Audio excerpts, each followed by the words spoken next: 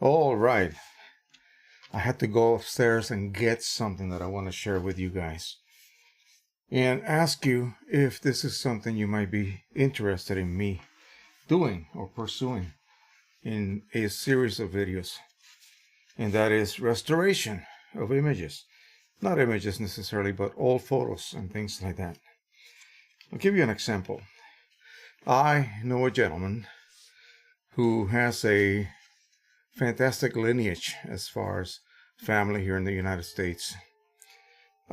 He goes back several, I would say a couple hundred years. I mean, literally, they came that long ago. And he's sort of like the family historian.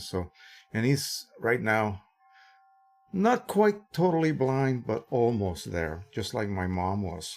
And he relies on me to repair and restore old documents and photographs from the family. And again, both sides of the family. He's got about 3 families because he was actually adopted. But he has been able to kind of touch and go back and contact family members that he has never even met. Anyway, long story. He is an amazing historian, and I do work for him. And basically, I just tell him to take me out to lunch. I don't ever take money from the man.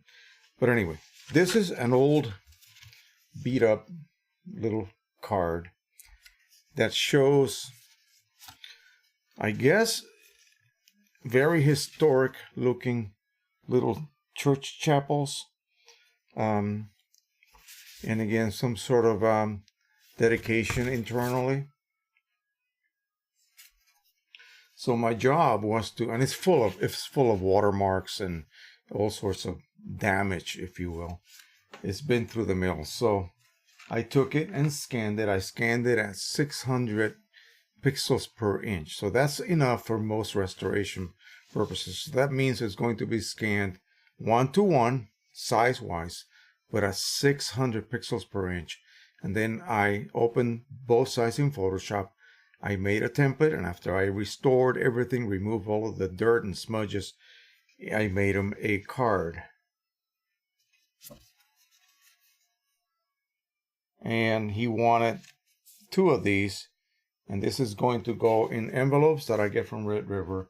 And this is the material that I used for that. This is Red River's, let me see if you can see that, Aurora Fine Art, it's a fine art paper, art white. They have a white and a natural. The white is, again, like it says, pretty much a pure white base, and the natural has a bit of warmth to it, and it's really, really good for photographs that are semi-tone like sepia, or anything that will benefit from a little warmth on the paper base.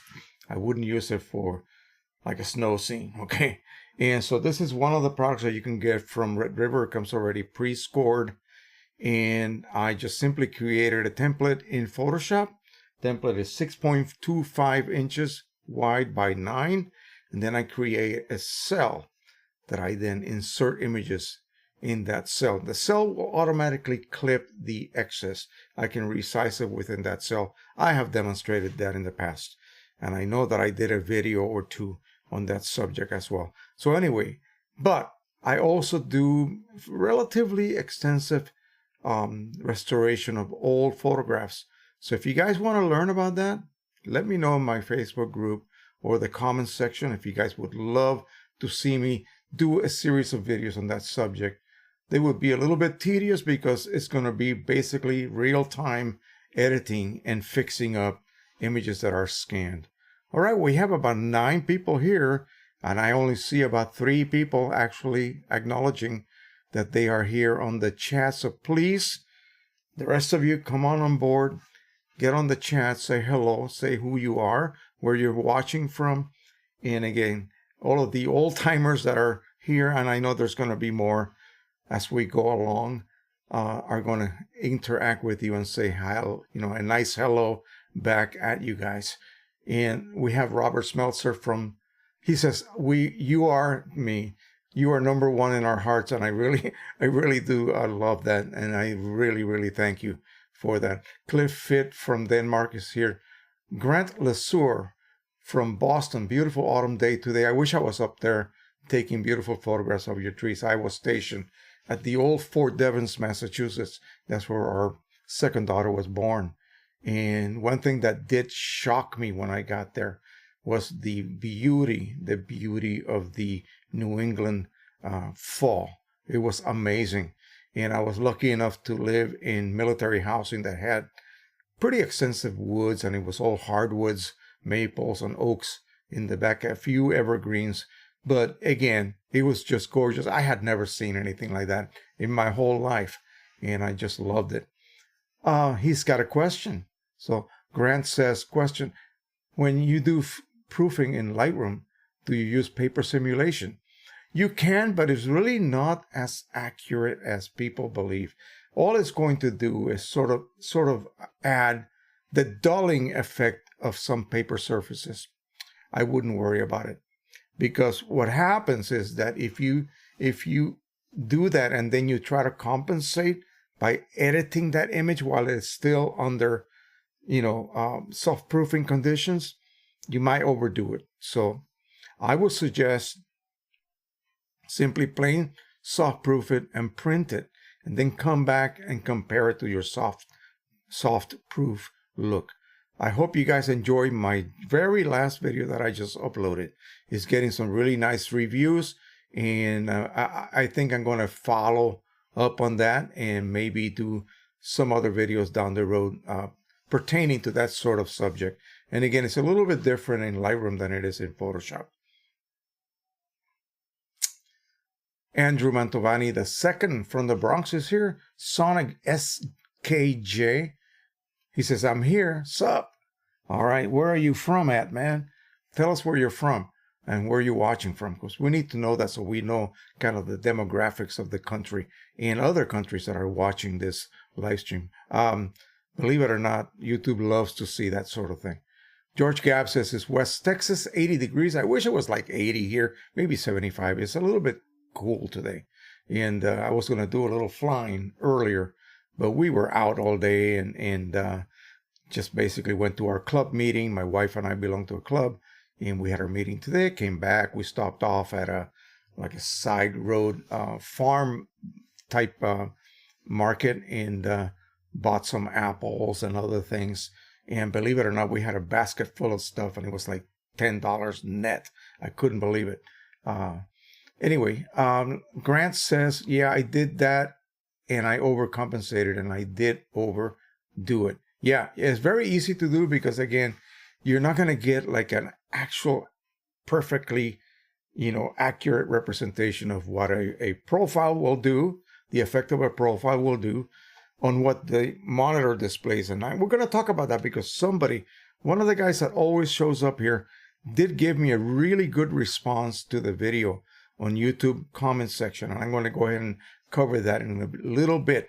And we're going to do a quick demo about soft proofing in Photoshop. We're going to do auto out of gamut warning again. I'll show you how that works.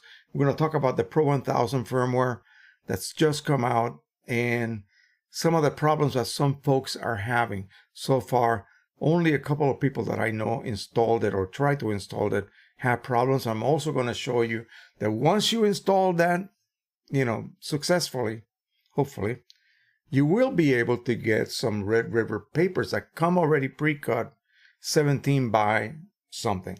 It's quite long. But if you want anything longer, up to the, 47 inches that they claim you will be able to print on, then you're going to need to then cut your own strips or pieces from a roll.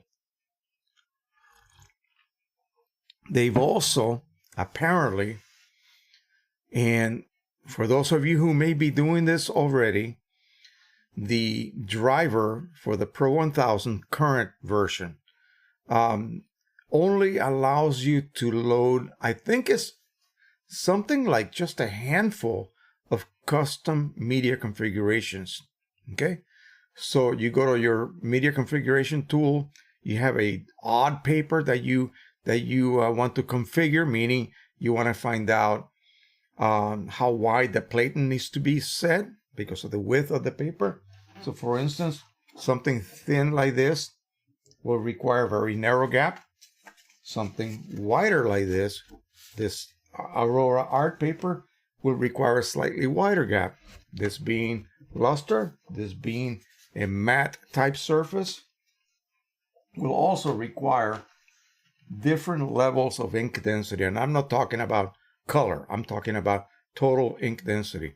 So absorbent papers like that Canson watercolor paper that I use a lot, yeah, that requires a lot higher ink density. So you do that inside the media configuration tool.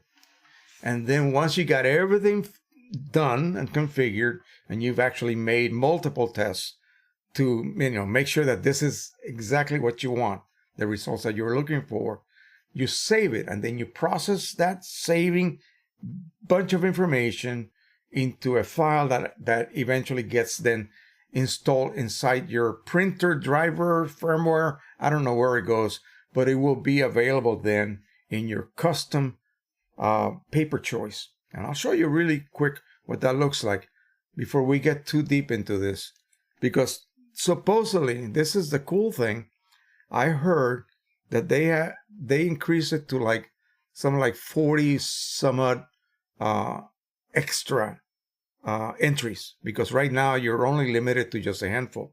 So we'll take a quick look. I'm going to go ahead and load the driver, and you will be able to see exactly what I am talking about. So we're going to right click printer preferences. We're going to jump over to the screen, and here is my driver right here. Okay, we're going to diminish everything. Did I diminish totally everything? Yes, I think I did. Sorry about that. I forgot about Windows 10 and how funky that is. When you do that, when you shake it, you will diminish or make everything kind of go away. So here we go. Let's see what happened here. Good Lord. Where's my OBS? Here's my OBS. Okay, I need to see it on my monitor to make sure that it is still there. Okay, so here we go. I will not jiggle it this time. So this is the driver preferences. Now we're going to go over to the media type drop-down menu.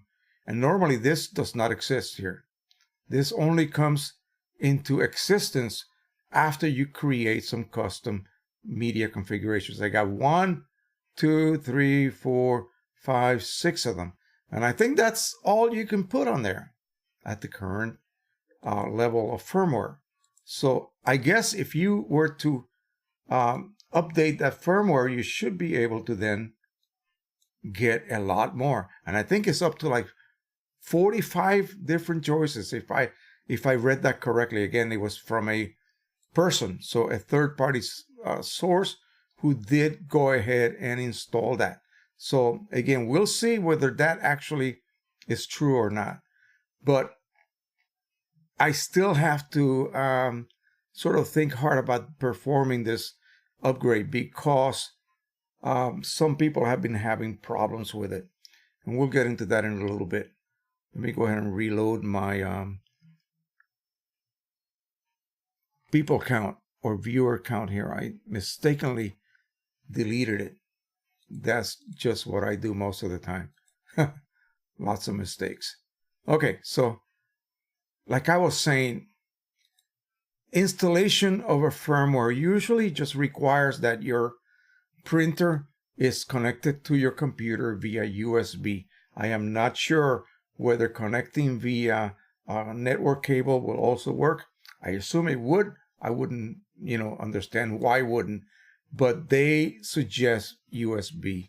So this person who did it apparently was originally connected via network, and it failed. The installation failed, and I don't know exactly what happened. He lives in the UK, so there's no way for me to go too far as to trying to diagnose the problem. He just basically stated that it failed several times, but at the same time, he was also not too upset because the printer is still under warranty, and basically he's performing an operation that they would want you to do anyway. So he's been sort of spending a lot of time, on the phone with support, and so far he hasn't been getting a lot of support. Isn't that sad? But anyway, that's where he's at right now. So I was thinking, well, the last time that I was checking settings in the LCD on my printer, I noticed that there was an entry that was specifically for installation of firmware. And I thought, wait a minute, are you supposed to use, the LCD, or are you supposed to just simply double click on the downloaded file and let it install? That's usually the way I do it on Epson printers. So again, I have to kind of go back and look and see what that entry on the LCD says. If I go ahead and click on it, in other words, say OK, what is it going to ask me to do? Will it ask me to go back to my computer and then, load the software or the firmware? We'll see. So 47 inches max length. That would be really good.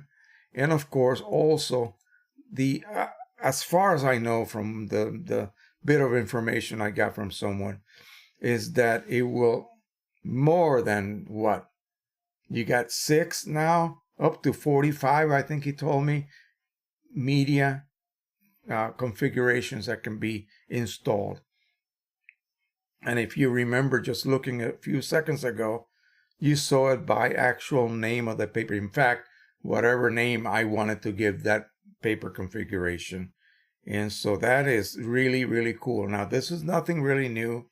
It's not really specific to the Pro 1000 or 2000 or the others.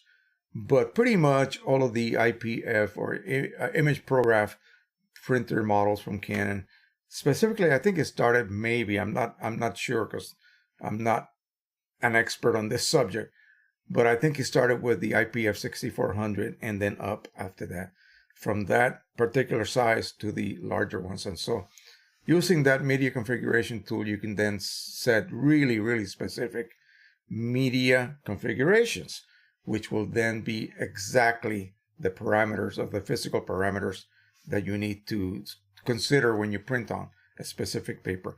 Now, here's what happens most of the time, because the odd thing is that if I choose to make a profile, let's just say, for a luster paper that happens to be thick, then the profile that I download from someone, they'll simply ask me to load this paper choice, Pro Luster, in my driver, and then tell it to allow, the application to control color through that custom profile.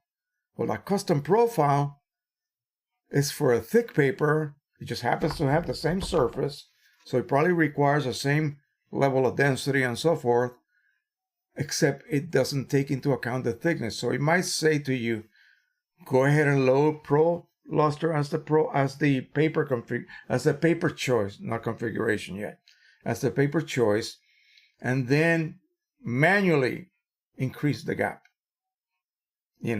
That means that there is no real specific paper configuration for that paper, because it happens to be luster and thicker than this thin stuff. You see what I'm saying? So the profiles are made using the thin setting. Then they ask you to increase the gap. Well, what about ink density? Maybe this paper doesn't require as much ink density as that other thick but also luster paper. So you need to go through the manual configuring of a paper you plan to make a media configuration file for, which then you load into your driver. It's really neat. Once you get this done, and it requires a bit of work and testing and retesting to arrive at the final so-called perfect parameters. You run a bunch of charts, a bunch of like from black to white ramps. You use a low ink density, a higher, until you get to the point where you reach that magic amount of density where you get a black square, and then number 2 or 002 is a tiny bit lighter. Okay, and the same thing with your highlights. 255 is just paper, no ink, and 254 just has that slight little bit of density.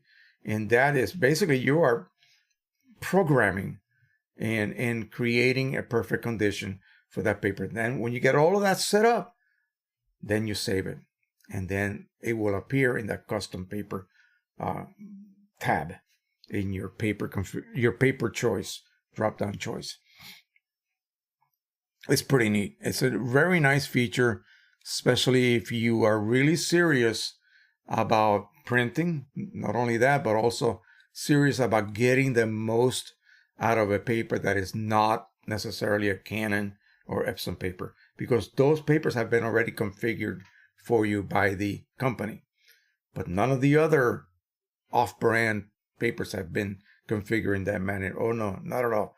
They are closely configured, but not perfectly. They're configured by surface. That's it. So in this case, this will be matte, even though it's a Aurora Fine Art white. Okay, a specific thickness, a lot thicker than this thin stuff. Okay, so they just tell you to use the Pro Matte setting. Okay, and that may not be correct. Okay, so that's something to take into account. Using that media configuration tool is really, really one of those features that why hasn't this existed before for all printers? Okay, it would really make things a lot better, and the output that we could then turn out would be top notch. Okay, simply put. Skip Barber from Yorktown, Virginia is here. Sonic SKJ from Connecticut. So he told us now he's from Connecticut. Robert Smeltzer, Avenue, Maryland. Once more, alrighty. Hanska, hello Jose, from Tasmania. Oh my God, that's amazing. Thank you. Thank you for jumping here with us. I hope you enjoy the evening. We hope to make it a memorable one, as we always try. 1066 Internet. I do a bit of photo restoration too. Yes, would be interested in your methods. Right. I use Photoshop for this. I use multiple layers, that sort of thing. If you've seen any of the so-called professional restoration videos, basically that's where I learned to do this, and just a lot of practice and good eyeballs, which I don't have. So, who knows? Sometimes I leave out things. But sometimes you can over-restore something, and I try not to do that. I try not to make it look unnatural. All right. Especially dealing with portraiture and things like that. You don't want to remove a permanent mark on somebody's face. Maybe they have a little wart or a mole or something like that. That's something you just don't remove. But I'm talking about physical damage. If I was to tear this and then scan it, I would have to repair that tear, especially if that was like some kind of historical, non-replaceable photograph. Harold Goldberg is here from Richmond, Virginia. Boguslaw Wasilinski. Wasilinsin. Wow, that's a good one for me. From Corona, California. All right, Scott S. from Ohio, and Yolanda Rowe from Virginia girl near Memphis. No, from this Virginia girl near Memphis, Tennessee. So you got a Virginia transplant in Memphis. All righty. Okay. So again, like I said on the Facebook announcement, go ahead, post your pictures. You are here spending the evening with me. Take this opportunity to ask whatever you wish. And if I have the answer, or if I can come up with a way to help you out, at least we'll definitely try. I know some of you here may actually know exactly how to solve many of these problems. Well, go ahead and ask away. This is your chance. All right, so what else has happened? We got to talk about soft proofing, auto-gamut warning in a little bit. I'm going to actually do a demonstration. Let me quickly show you, since we touched on the firmware for the Pro 1000. Let me take you over to Red River's site. Do I have that loaded? Yep. And you will see, no, wrong window. There you go. Let me put this at the very bottom. Use my OBS to kind of layer the different scenes that I set up. So here we have Red River's site. We are on the paper section. Let me see if I can get you all there again. So we're going to go ahead and take the paper tour and then arrive here. It's a paper guide, basically. It takes you through all of the paper types that they sell. We're going to go all the way down to the very bottom here and shop by paper size, paper type, photo type. In other words, if you do certain types of photography, greeting cards, that sort of thing, shop for paper specific to a model printer. But we're going to go ahead and look at the paper size section. So this gives you everything that they sell as far as paper, and not just the standard sizes, but also the rolls and such. So they used to have a lot more variety. I just realized that now, just looking. They used to have a lot more variety. They used to have some larger 17 by whatever. So like, for instance, on the Pro 1000 now with the new firmware, you should be able to print 13 by 20 by 38 panoramas already pre-cut for you. The paper comes in a big old box already ready to be used in whatever feeder you choose to use. And again, that would be great because you don't have to deal with the hassle of cutting off like very long sheets of paper off of a roll. You got to deal with curl. You got to deal with the possibility of you scratching the surface, especially on more delicate papers. But you know, they have odd sizes as well. 9 by 13, that's new. 8 by 10, that's common. 8.5 by 14, I've never seen that before. 11 by 14, that's a normal one. 12 by 12, for those of you who do book scrapping, or scrapbooking, I should say. And 16 by 20 is a common old-fashioned photo size. And 17 by 25, which is a pretty good size already. The Pro 1000 can handle that without a problem. So these are your hard-to-find sizes. And then your panorama sizes come in 8.5 by 25 and 13 by 38. And unfortunately, at this point, I really don't know anyone else that's selling, you know, large sheets like that. You know, take advantage of it if that's what you want to do. Again, I have a P800 with the roll adapter, so no worries as far as that's concerned. I got several rolls that are, you know, 100 foot in length, 17-inch wide, so I can just load a matte fine art paper or a regular luster roll of RC type paper for quick prints, and I get great results from it. But those of you who just have a Pro 1000, I guess this new firmware will open up that new avenue for you to be able to print something larger than just the regular standard size of 17 by 22. The 17 by 25, I believe you still have to make a custom size in the driver. So, all right.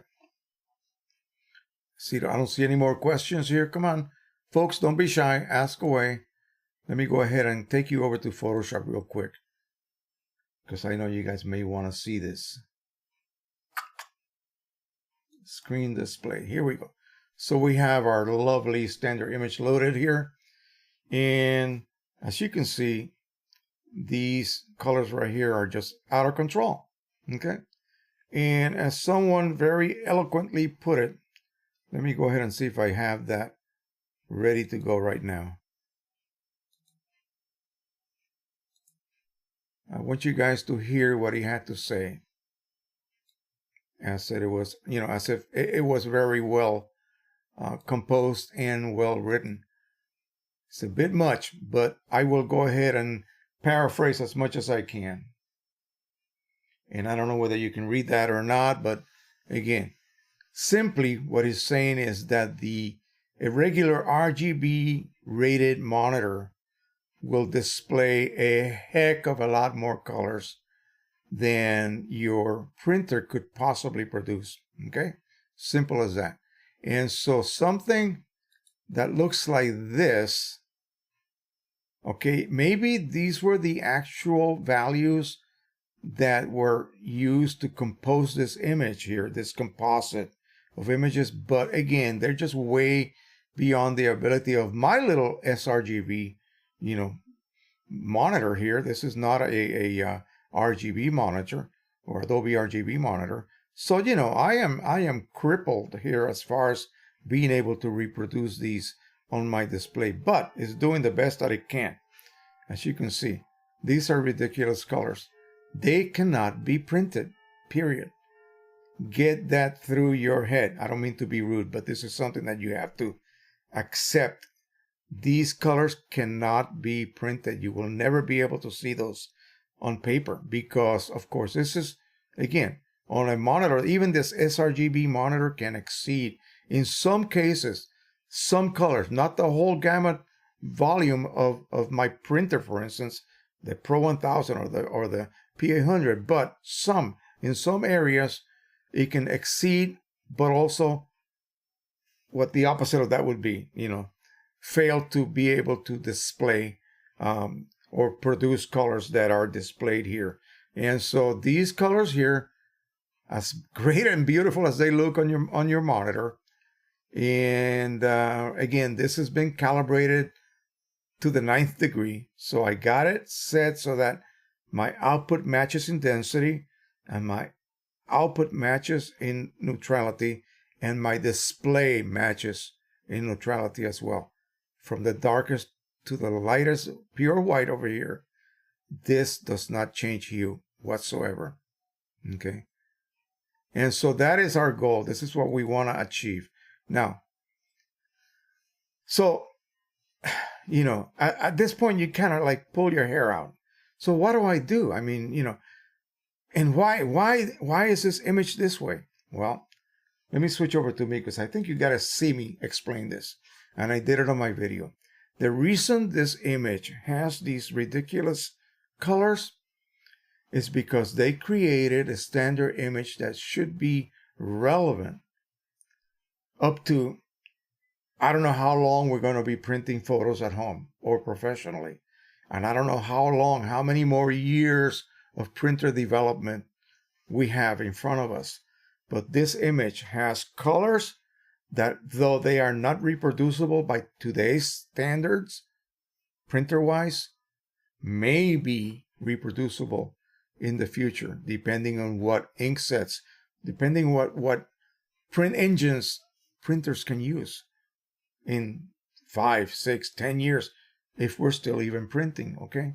So that's why this image has to exceed every possible model of printer we have now, okay?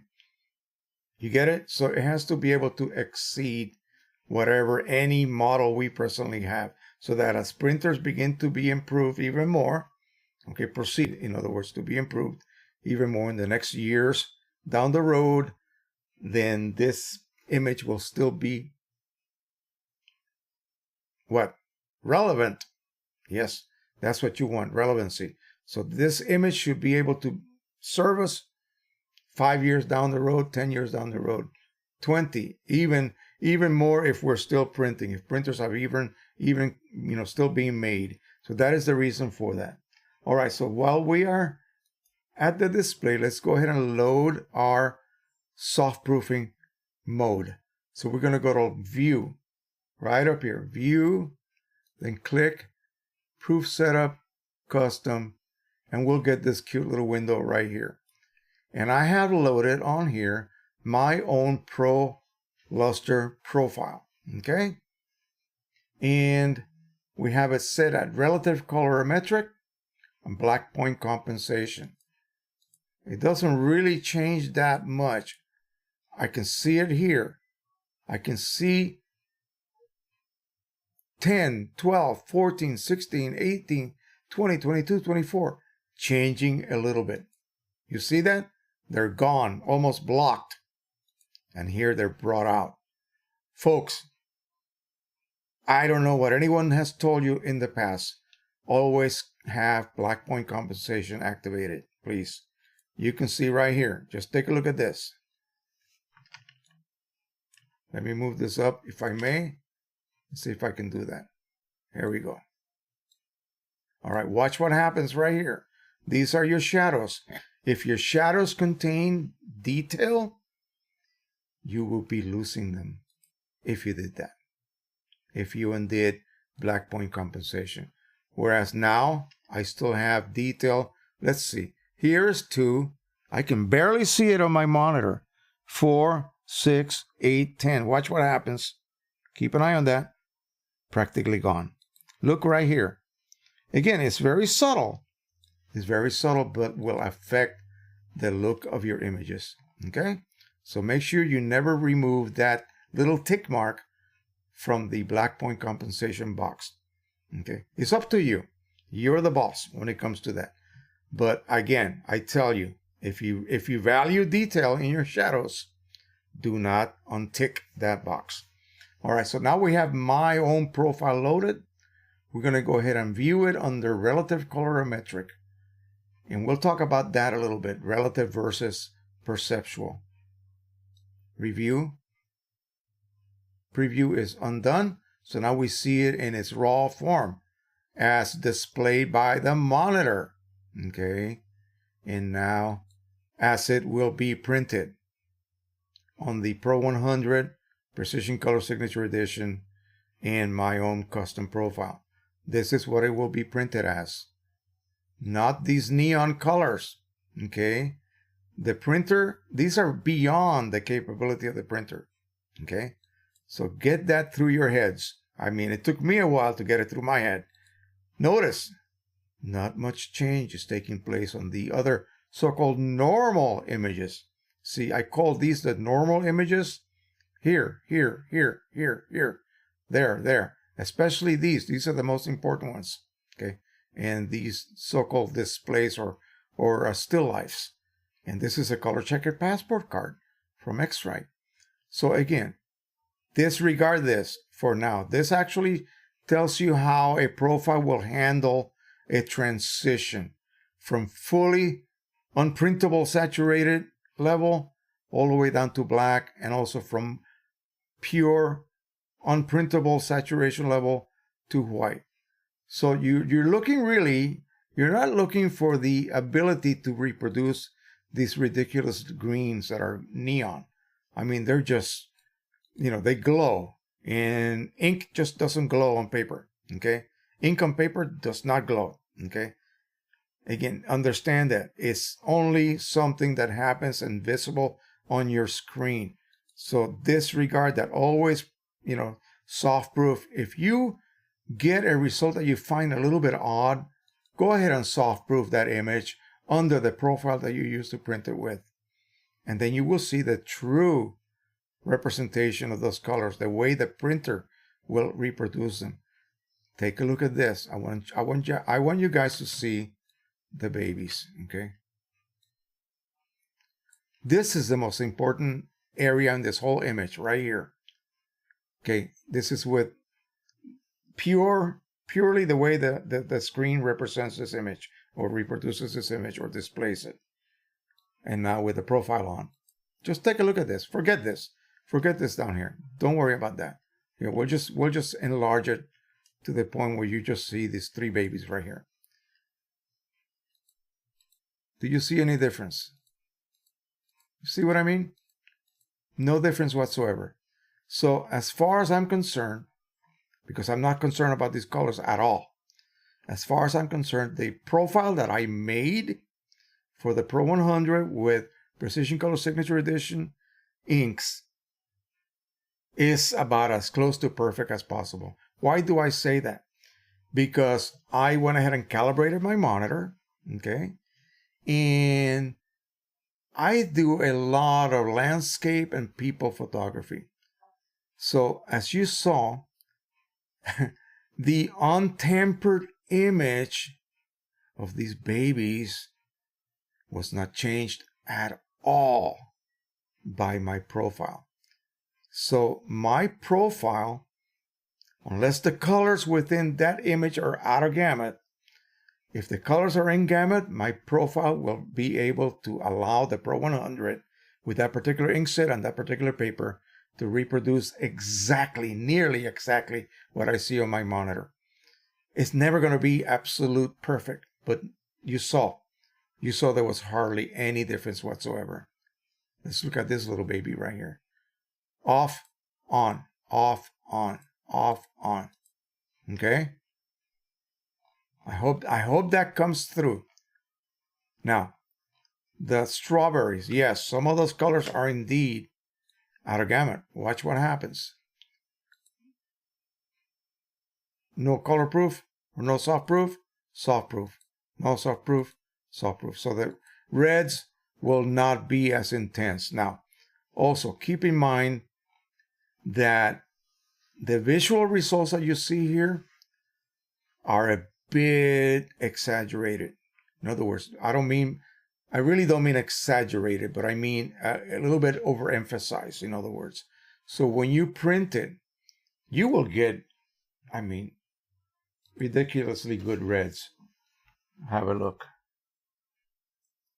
Now the color may be off due to reflections and whatsoever and lighting and all of that stuff. But you can see how well that turns out. And this is what I'm looking for. This is what I'm looking for my printer to be able to reproduce that image without any editing, no soft proofing, nothing. That visually, to me, it looks correct.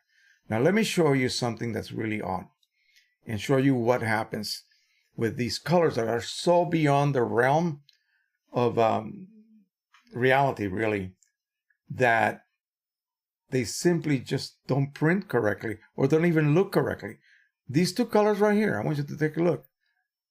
There's hardly any difference between the two, the way they are displayed by my not so fantastic monitor. Okay, the only thing you see is this difference here. Now there are differences in values, of course, and they will only show up when you softproof. Boom. This green here is supposed to be darker than this green here. And it only shows up when you softproof. Okay. Notice nothing happens here. This is a neutral area. Nothing happens. There's no difference. Let's look at other areas of this image. How about this area here? These are pretty intense colors, by the way. Not much except maybe here the sky.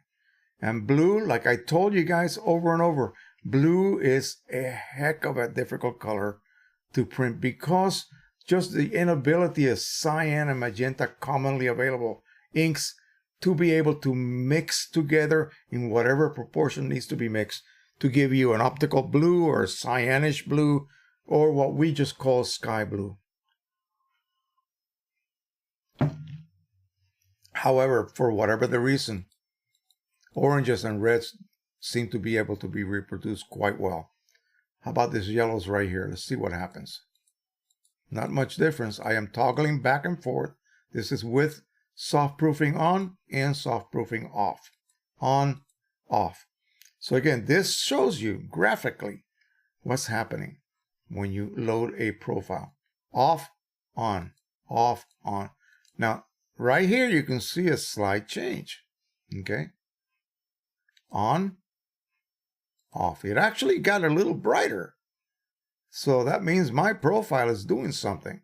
It's trying to bring in some colors that may not be, printable, in other words, without that profile. This represents printing without a profile. In other words, just picking up the paper type in your driver and printing. That's all it recommends. Now let's go over to perceptual. So we're going to go ahead and choose preview, and then we're going to switch over to perceptual, and you will see a difference right here immediately. So perceptual is not going to do as good a job representing these colors here, okay, at all. So I always use relative colorimetric because what it does is colors that are outside, and I always explain it this way: a circular amphitheater with circular rows of seats all the way to the perimeter, the inside wall of the theater. And you pack it. Everybody that comes in gets assigned a color value, and that color value matches a seat. Okay. And everybody goes in and they look for their seat number and they sit down. Okay. Using relative colorimetric, every color that found a seat number that matched it can stay there permanently.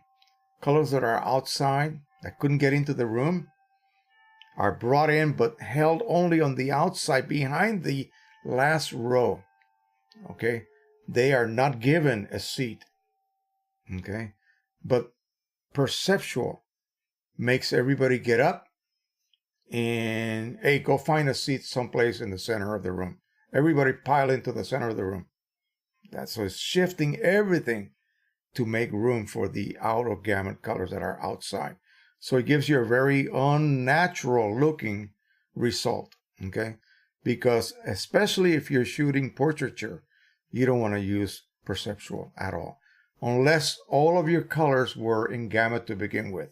Perceptual will force colors that were in gamut to be shifted to allow other colors that were not in gamut to be brought in. In other words, you have to make room for them.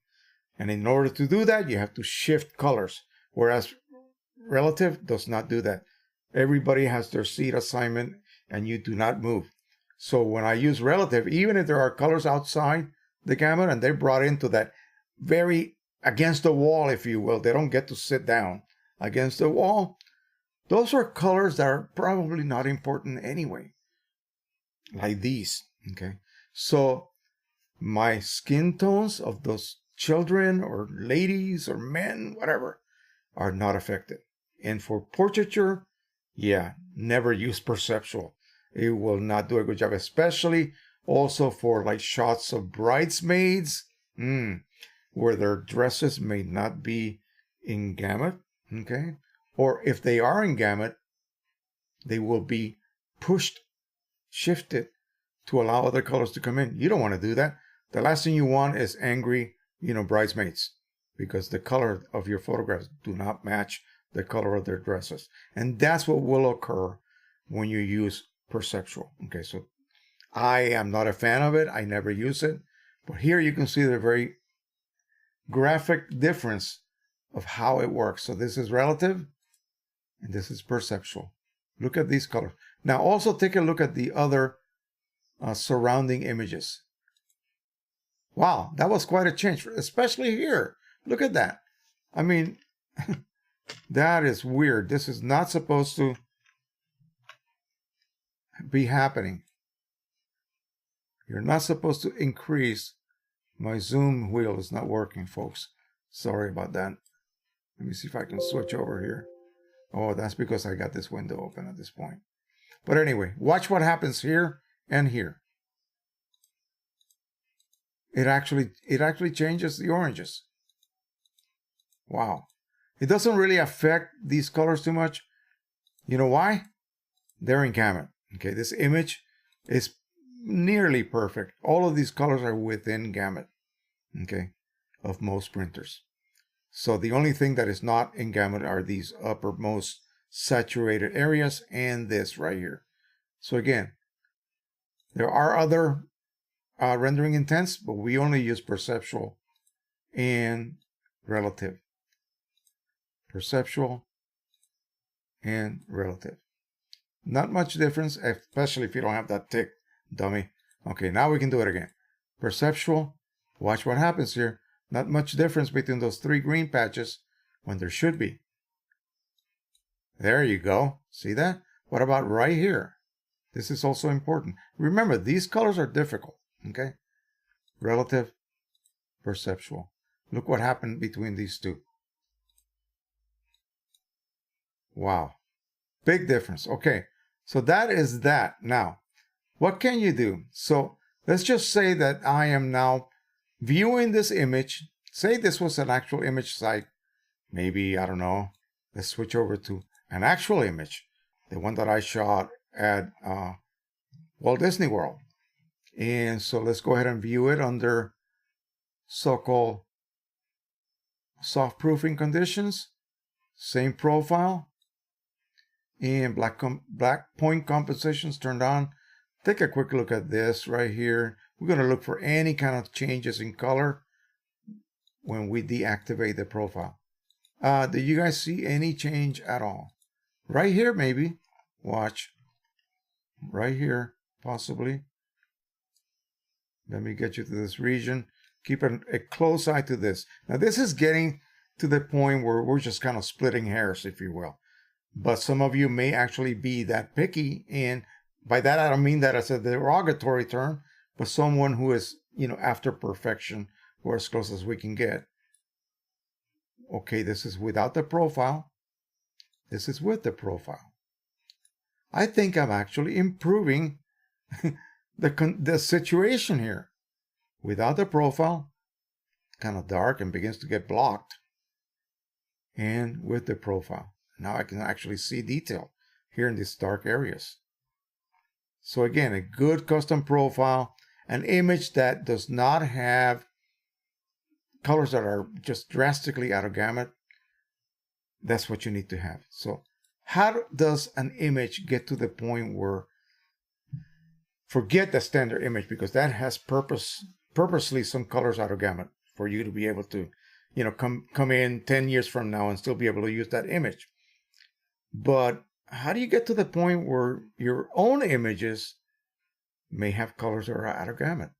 Well, when you edit, you have to be very careful with saturation levels, because they all look good on your screen, and that does not mean that they will be able to be reproduced on paper.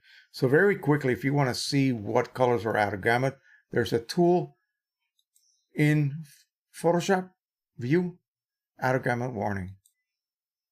And now the warning is on, and there's not much difference. You know how you would know? Areas would be turned gray, just like a middle gray, okay? Watch what happens with the standard image. Watch what happens with all of these colors, including some of these reds. View, gamut warning. Look at that. All of these colors are out of gamut. This little ridge right here in the sunset is out of gamut. Everything that's gray is out of gamut, okay? And the only way to bring that into gamut, if this was an image, not the standard image, you're not supposed to tamper with that. If this was your own image, you would have to bring some of those colors down a little bit, okay? As far as saturation goes and so forth, so that they are brought into a point where you don't get this gray transformation of those areas like here. I mean, it's extremely visible right here. Everything that you see that's gray is out of gamut. And guess what? It will not print the way you see it on your monitor. So don't be shocked. This all came about because someone was printing a shot of some flowers that they, I don't know where they went to shoot it. And there were some pretty intense yellow flowers and colors and shades. Of course, as all of us do, they started to edit them in Photoshop. And so they proceeded to go file print and, send it to the printer. I don't know whether they let the printer driver control color or use the profile. I don't know whether they double profile or single profile. You know what I'm talking about. But they just weren't satisfied with the colors in the yellow realm, okay, the way they were being reproduced on paper. Oh, they just did not match the strong results I saw on my monitor. Well, that's because your yellow, those strong yellows were totally out of gamut, okay? And they were simply automatically brought down to a level that your printer could handle.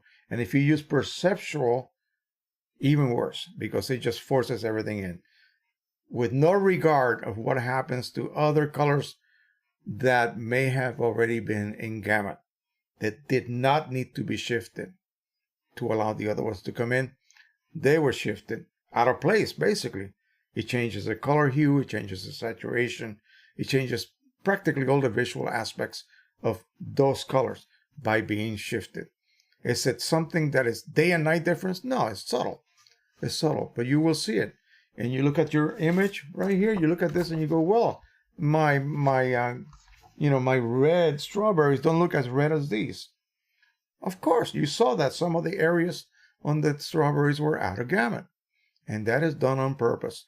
This image has to exceed any printer we currently have. Okay?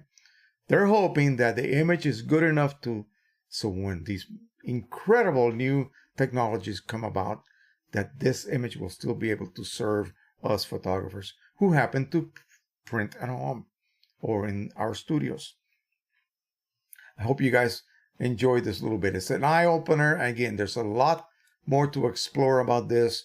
You can actually, if you have an image that does have problems, you can save it under soft proofing mode and then edit it somewhat so that it kind of resembles what you perceived it to be like. And while it is still sort of being controlled under soft proofing, in other words, through your ICC profile that you chose for that particular soft proofing, you should be able to get a more accurate representation of what it'll be on paper. Now you can also choose to simulate paper, but again, like I said, that is not really that accurate. So I tend to stay away from that. All right, let's check out to see who else is on here.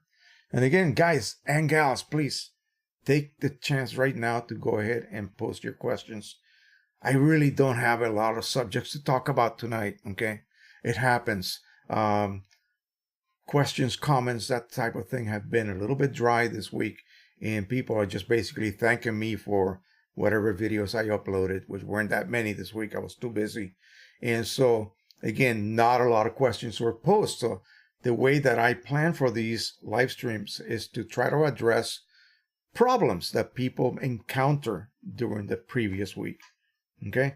I often also go back several months past and check to see what was being asked by them, by that, at that point that I may have, totally missed.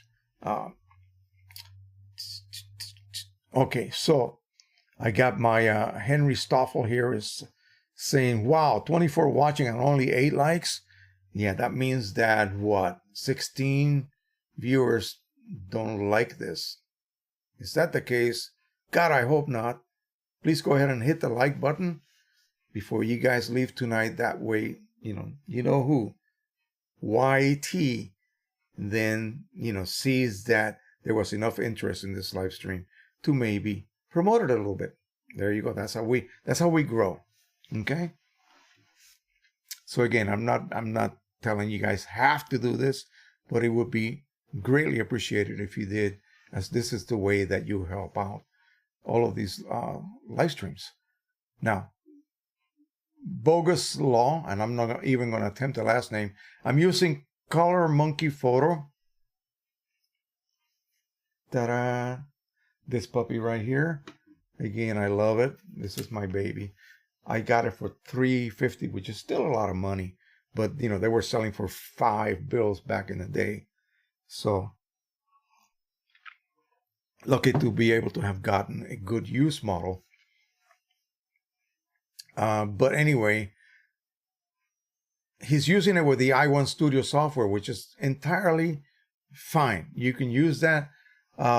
The only problem is that you can't, I don't think you can officially register this unit because there's a mismatch, of course, in the models.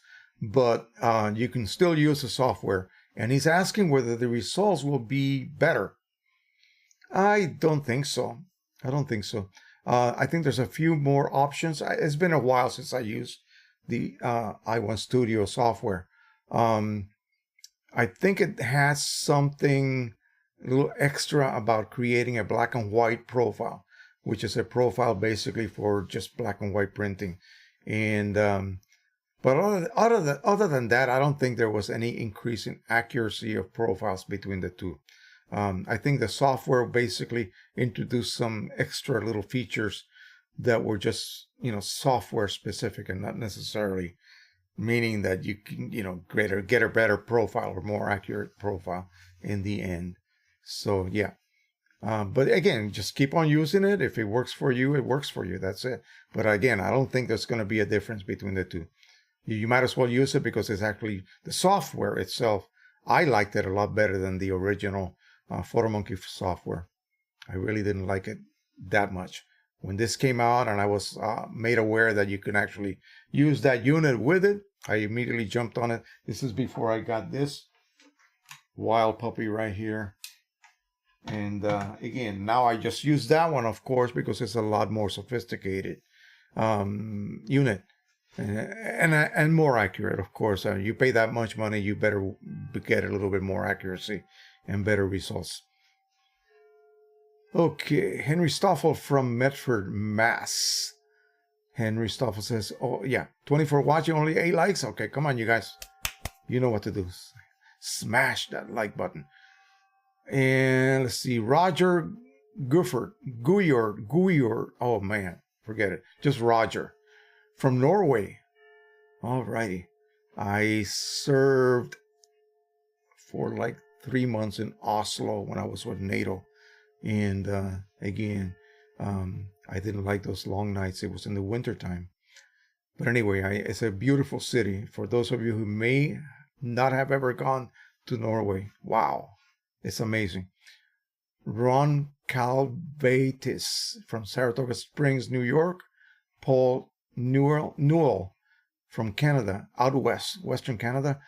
And Ron Calvatis says, don't know if this is within topic, but I struggled for years being able to calibrate photographic, wait a minute. Protaphic. Okay, I think you mean the Pro 1000 with Lightroom Classic and ASO monitor, maybe settings and pieces of software competing. Again, I don't know what you mean. Are you talking about profile creation? It's really, there's really nothing specific to it. It's a process you follow. And again, or do you mean calibrating the printer internally? Again, that is also an automatic process. So if you mean printing with the printer through Lightroom, and that means your monitor had better be calibrated, and I don't care if the monitor comes with its own calibrating internal software, nothing is going to be as accurate as doing it with one of these units, okay? Unless they also have a spectrophotometer built into the monitor. That would be the only way that I would accept that a monitor's internal calibration software is as good as an external spectrophotometer. So please, Ron, explain what it is that you are after, and I'll be more than glad to help you if I can. 200, Mike, evening from Brooklyn, New York. All righty. Okay, let's see who else is here. Oh, we got some more people. They were hiding. Let's see. Levite is here. And let's see. Wait a minute. Boy, I missed a lot. Hang on a second. Spike597 says to Boguslaw, I'm not positive, but I do think the ColorMonkey Photo on Studio One using i1 software makes any difference in your calibration. I use ColorMonkey and i1 Studio. Yeah. See, it's still the same spectrophotometer. In fact, the i1 Studio spectrophotometer is identical. I don't know why they did that. What is it that they changed? Really, I don't think they changed anything. They changed the outside look. It's kind of a light gray instead of black. So it's the software that changed. Speed Scout 21. Thanks, Jose, for all you do. Much appreciated from Chicago. Alrighty. His name is Gil. Levite Apparel is here. Adam McKenzie says, hey, Jose, Adam McKenzie from Jamaica. In Canon PSP, I am not able to make or see the dialog box that allows me to tell Photoshop to manage colors. You know what? If I remember correctly, you don't need to do that. PSP is its own entity. PSP takes over from Photoshop. PSP simply gets an imported version of the image you just edited. It goes into PSP. Just like I can do that with a QImage. I can go from Photoshop and export my edited image, or Lightroom even, my edited image directly to QImage and then print it within QImage. Okay, so PSP just takes over. Just pick your paper type. If you're using Canon papers on PSP, okay, with a Canon printer, of course, you simply pick the paper choice. That's it. It's all automatic. You don't even have to make sure your driver is set properly. Believe me, it's amazing. And also with QImage, now there's a feature, not now, but recently, that basically sets your driver so you do not double profile anytime, regardless of whether you let QImage Ultimate control colors or choose to let the driver control colors. QImage will make sure that always is one or the other and never both. Now with PSP, again, it's pretty much automatic. PSP is sort of foolproof. Pick the paper type. Again, Pro 100, Pro 1000, whatever Canon printer you're printing on. And as long as it's Canon paper, it is done automatically for you. There's not going to be a choice for you to let Photoshop control color. No, PSP takes over 100%. Sonic Ska SK. Wait a minute. Sonic SKJ. I liked. All right, that's good. Thank you so much. Levite Apparel, just smash that like button. Yes, I want to hear it smash. Okay. Speed Scout 21. You mentioned that your Pro 1000 now is able to print longer panorama length pictures. Is that firmware also available for the Pro 10? No, only the Pro 1000. Sorry. You know, they're not going to give us that, believe me. The Pro 10 has been around for years, and so far, no such gift. Now, the Pro 1000, I don't know what brought that on, really. I really don't know what brought that on. I don't know whether it was just a demand from owners or what. But they decided to go ahead and give us that now. Here's the thing. I am using, remember those auto reset chips for the Pro 1000? Yeah, I have them loaded on my cartridges. So, is it going to disable them? I don't know. More than likely not. I don't think Canon is out there to police all of us who are refilling. Okay, they would have locked us out a long time ago. So I don't know whether that's going to affect the usability of these chips. Now, I realize they're not auto reset. Okay, that was a huge miscommunication from the sellers across the ocean to the Western Hemisphere, if you will, who are the biggest customers. So anyway, they'll work once, let's just say, and then after that you can disable ink monitoring if you so wish, whatever. But as far as the current chips that are at different levels being recognized and being allowed to continue to report levels and let me print, nice big 47-inch long prints after I, upgrade that software, maybe yes, maybe no. Who knows? I don't know of anyone who uploaded that firmware who also refills. Okay, they are all using OEM at this point. And so I really don't know. There's no reports to say otherwise, but that's because none of the persons that have done it are actually refilling. So I would need a refiller like Mike from Precision Colors. He's going to do it. So that will tell us, because he's using the same chips I'm using. So that will tell us everything, that it will either not work or work. Okie doke. Let's see. All right, so John Hamby or Hamby? Darn, just logged in. Okay, you're still early, John. No problem. We still got a lot to talk about. Grant Lasur says, got mine on eBay for a similar price. Yolanda Rose says, I was able to purchase my Color Monkey photo after seeing yours for about $220. I'm sorry. They bargain at twice the price. Yeah, I mean, you could get them. You can probably get them, you know, around that price range. And I mean, what could possibly go back on them? Go bad on them? Maybe the internal light. That's the light that has to be calibrated every time. And it's got an internal little piece of like ceramic calibrator. Actually, on the bigger unit, the i1 Pro 2, see that white circle right here?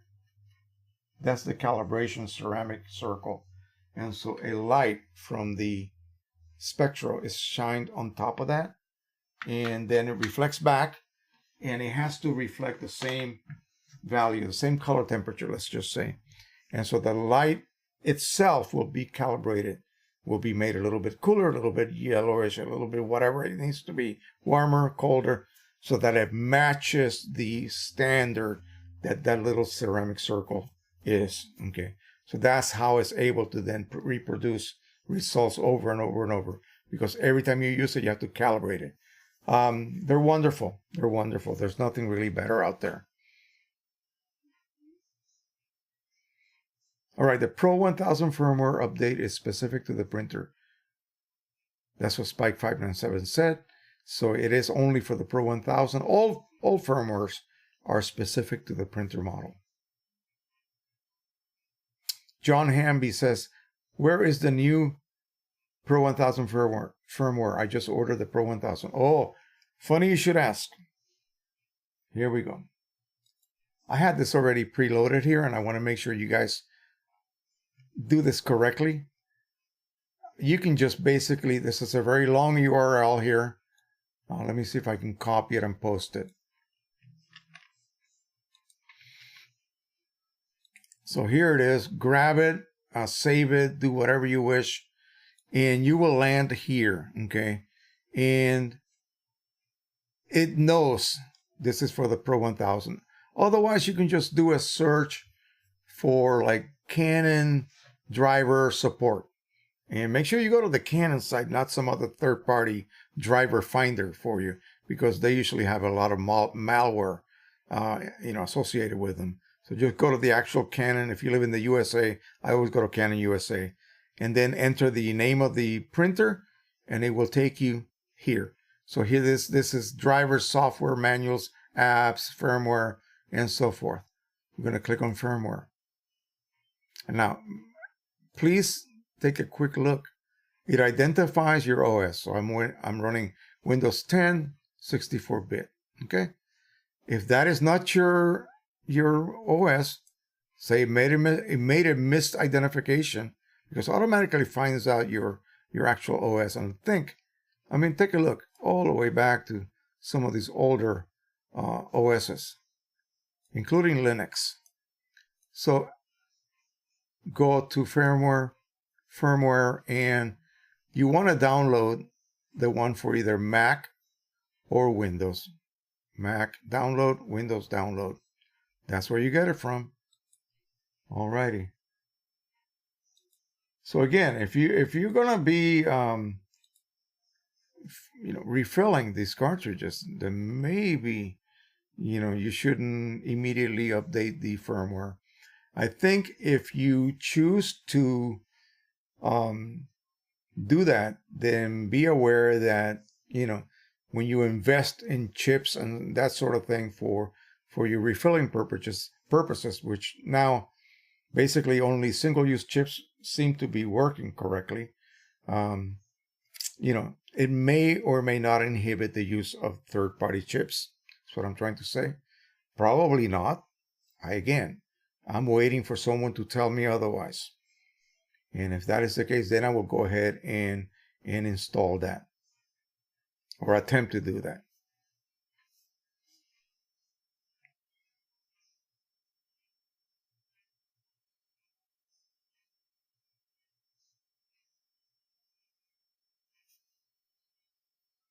Yeah, you need to go to the Canon site, Canon website, then into support, and pick the Pro 1000 from there. You will see downloads of various types.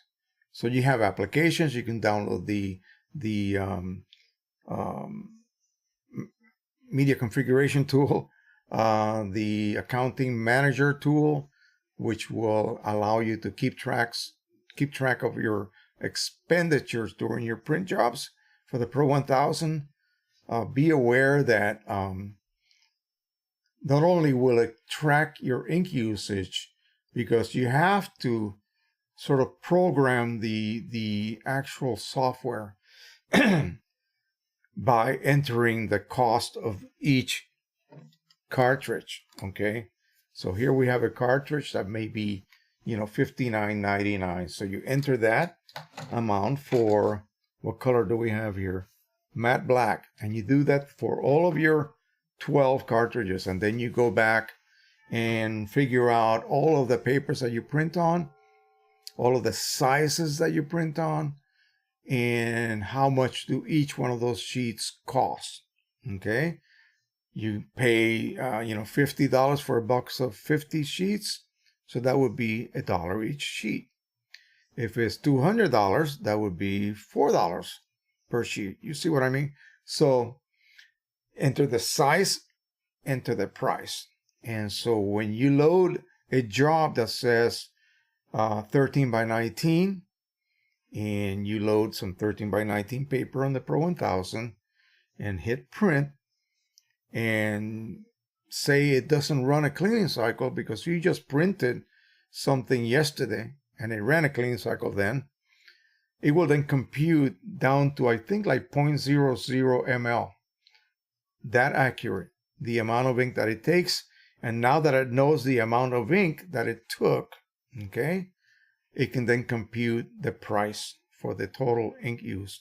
And that will not include, let me tell you, as I said in my very lengthy video not long ago, I hope you guys watched that. I know it's long, but I spoke about everything about the Pro 1 that I happen to know about.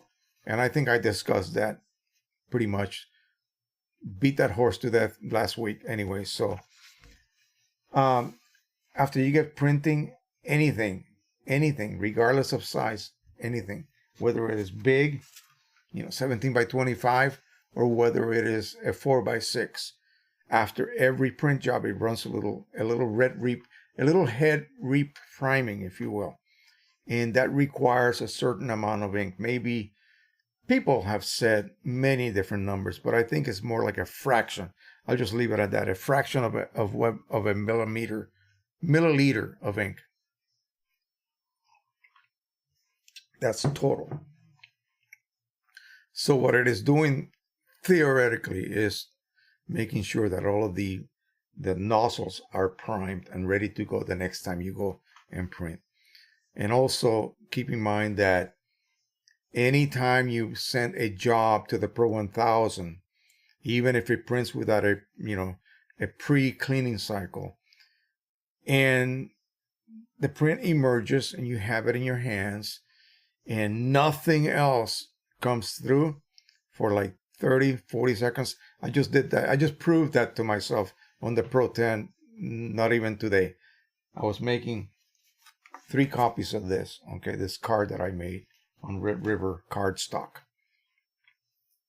After all 3 were printed, I stood there looking at them, and I liked the way they look, much better than the original. It was a huge improvement. And all of a sudden I hear this noise, and that's the nozzle plate or the purge sponge, many names. It's known by many names, being emptied by the vacuum pump, okay? And that basically occurs because it knows that, hey, 30 seconds went by or 40 seconds went by and Mr. Joe did not send another print job.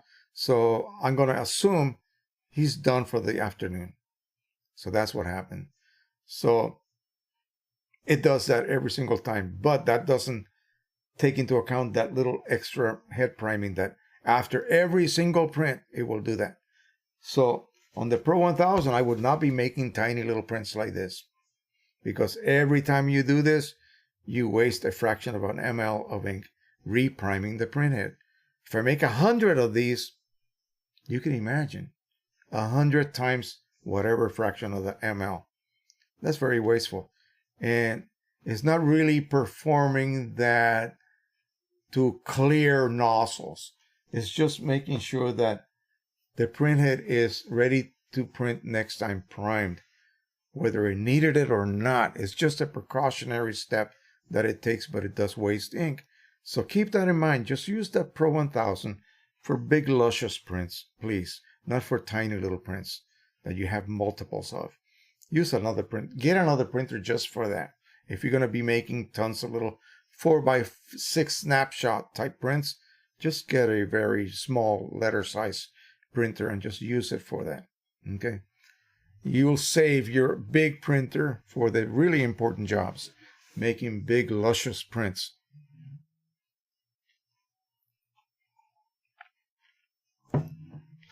All right, Ron says, where do I find out how to calibrate monitor with a Pro 1000? With Pro 1000, with ASO monitor, which has built-in sensor for taking readings. I use Lightroom also for this.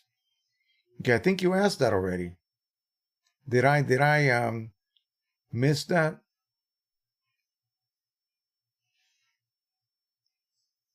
If the monitor has a built-in spectrophotometer, then you have to calibrate your monitor. Where do you find out to do that?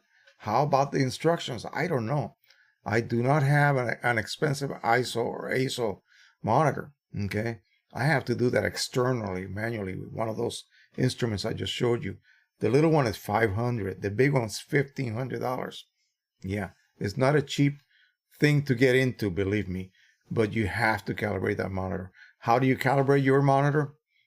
If it has an internal spectrophotometer, then again, I assume that the instructions that came with it will show you how to do that. But you don't calibrate the Pro 1000. You calibrate your monitor and you print with the Pro 1000. And then you compare the results. Where'd I put that? Right here. You compare the results.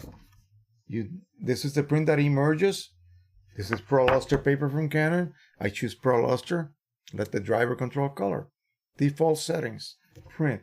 This comes out. I bring it over to my monitor. I look at it like this and I make comparisons. Oh, this matches my monitor. Done. You're ready to go. Oh, this does not match my monitor. This looks perfect to me, but my monitor's rendition is not. Guess what? It's not calibrated properly. Simple. As simple as that. How you go about doing that? Again, this is a specific instrument, so you need to look into the instructions that were hopefully provided for you so that you can then figure out how to use that internal calibration system. And again, I don't know how accurate that is because I just don't own one of those. I don't think I can afford one at this point. So, knock on wood that this puppy right here in front of me continues to last and continues to behave the way it's behaving, which is pretty much flawless. I know it cannot produce perfect rendition of those weird colors in that standard image, but you know, for everything else, it's really serving me quite well. Alrighty, so Levi again says hi. John Hamby. Does anyone use Affinity Photo? I haven't received my Pro 1000 yet. I have my fingers crossed. No, I have not. Do I even have that? I don't know if I have that at all. I don't think I have it. I really don't have any need for it, to tell you the truth, because I'm pretty much standardized using Photoshop for anything that requires a little bit beyond images, like something that requires a little bit of graphics. Like when I did this job for my gentleman friend, I used Photoshop, okay, because it did require scanning and some editing that maybe Lightroom would not be able to accommodate. So image from my cameras, everything that has to do with continuous tone images, Lightroom is my tool. And again, I really don't have a need to go to something else at this point. I haven't really tested it. Hey, take a look on YouTube. There are tons of Affinity videos on YouTube. And again, that's what I would do if I was you. That's what I would do if I wanted to start using Affinity. So check out YouTube. I know absolutely sure there's a ton of tutorials available as I speak. Ron Calvatis says, I suspect I'm doubling up on the profiles with different softwares trying to control color. Yeah. A piece of food there. Yeah, that's the most common mistake everyone makes. Absolutely. That's why QImage is so cool right now. Let me give you a quick demo. If you guys have, I know I sound like I'm, a salesman for QImage. No, I'm not. I'm not at all. When I find something that works and provides me with the ability to do something correctly every single time, then yeah, I will go ahead and promote it. That's why I promote, inks from Precision Color so much. So let's go ahead and let me just find, I don't know, let's see. Whatever. Here's a picture. My oh, here we go. We'll just load this one here. All right. Just a snapshot. Okay, so Pro 1000, since everybody's talking about it. So for Pro 1000, Photo Paper Pro Luster, and I have I believe this is actually the OEM profile for Pro Luster, or is it? Yeah. So let's quickly look in here a second. Relative colorimetric. And yeah, so these are the actual OEM profiles. Now let me go ahead and cancel that a second. Did you guys notice that I just randomly came in here in QImage? Okay, think about this. I just randomly came in here in QImage and loaded the Pro 1000. It was already loaded from the previous time. But let me go ahead and change my printer. Pro 100. Okay, still luster. Well, the last time I printed on a much smaller size. So we're going to go ahead and just remove all of that. Let me get it back to a larger, like letter size paper. All right, so we're going to load my image. Boom, it loads it as best it can. Fit it all around perfectly. But that's not what we're going to talk about here. So let's go ahead and change my paper type to Pro Luster. Again, it tries to go back to that original setting, but that's okay. That's okay. See, it wants to do what you last did. All right, so here we go. We'll just enlarge that to sort of fit. There we go. Okay. Again, this is not important. We're not worried about the layout. I'm going to show you something that no other tool in this planet that I am aware of can do for you. So Pro Luster, right? We just changed this back. I think it was Platinum N that it had defaulted to.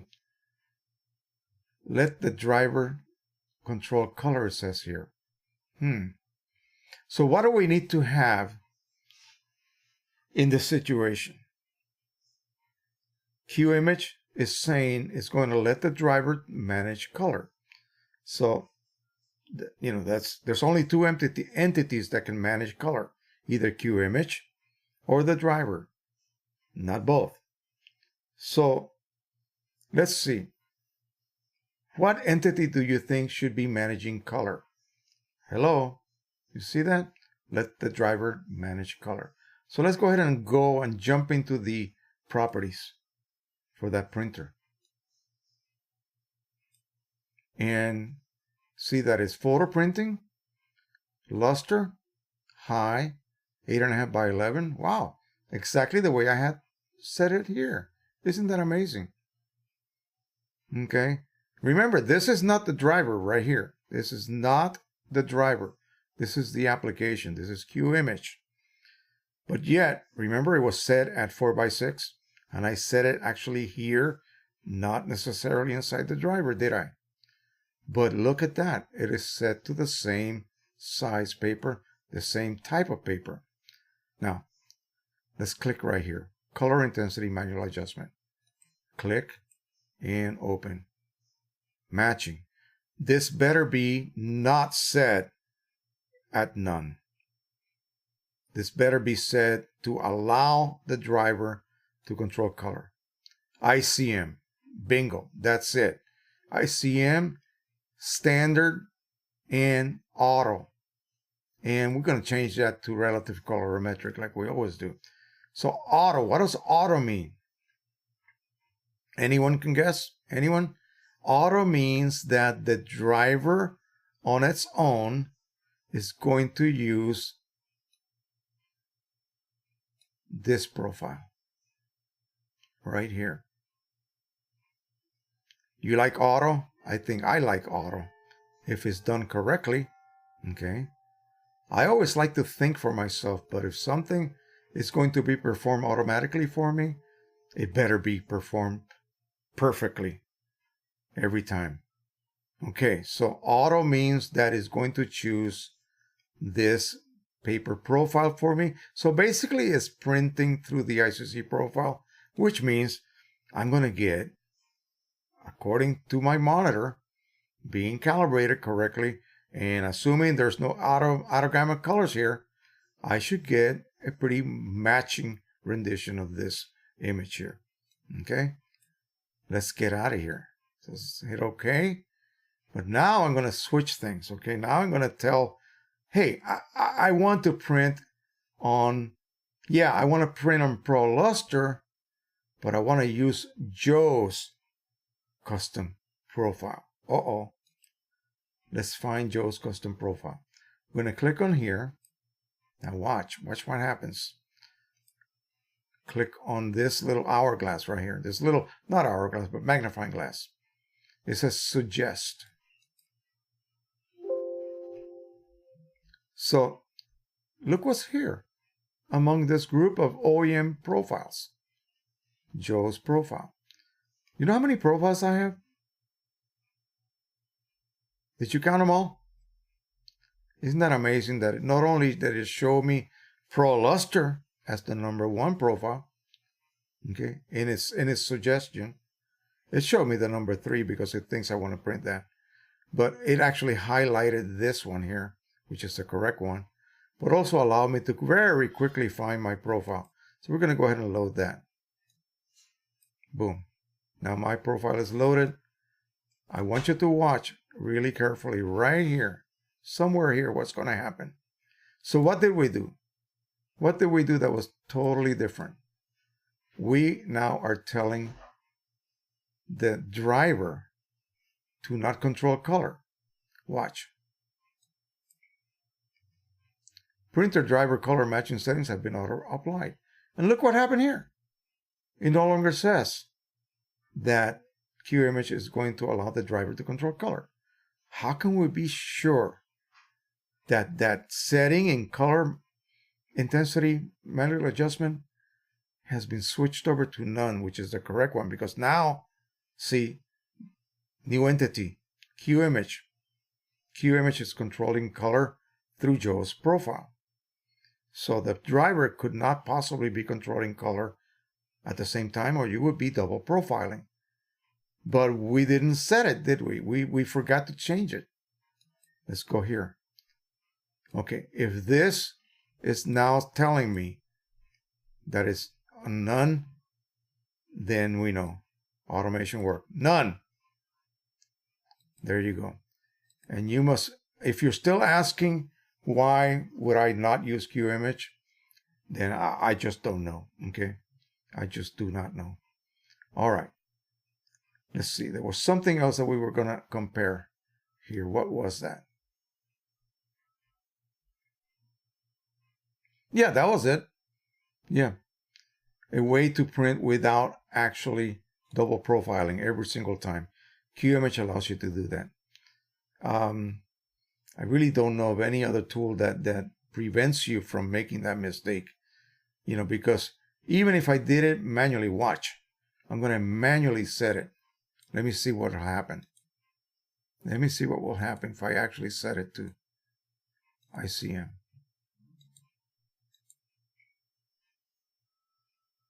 Driver, printer driver color matching settings have been auto-applied.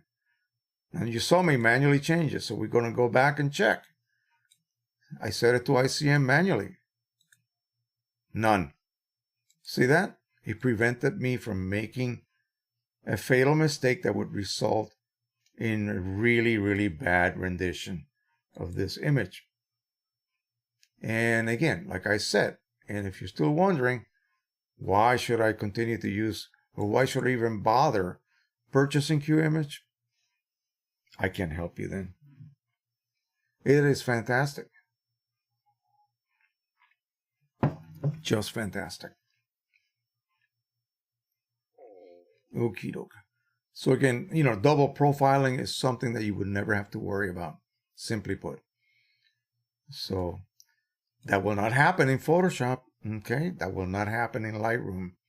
You better manually set those choices to either let the driver, through the color matching tab, ICM, if you want to let the driver print through a Canon ICC profile on a Canon paper, okay? Or in QImage, I'm printing with Joe's profile, okay? I chose it. The minute I assigned that profile, it changed the settings in the driver to none, because it knows that the driver would normally be also profiling through the Canon profile, as well as my profile. You see, so it cannot allow it to do that. So it automatically turns that off for you, which is quite amazing. And also, let me see if I can come up with another way to show you one of the other features that were implemented. And I sort of went into it a little bit. So QImage. And again, I'm just trying to, bring out some of the features that some of these tools have that just makes your printing so much easier. I mean, it's just amazing. Let's go ahead and jump over to the Pro 1000. So we'll just find a Pro 1000 series. Boom. And don't worry about this. We'll just leave the layout like that. We don't care.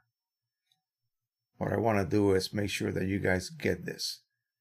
So let's for instance, say that you are, printing on a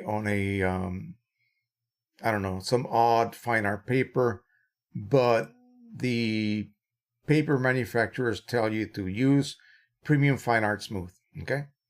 So we'll choose that paper, and notice now there's a little warning flag here, a little warning triangle. We're going to go over here, and I got Fine Art Smooth. This is set, I don't know what that's set at. I need to check ICM. So it thinks that we're going to be printing through what?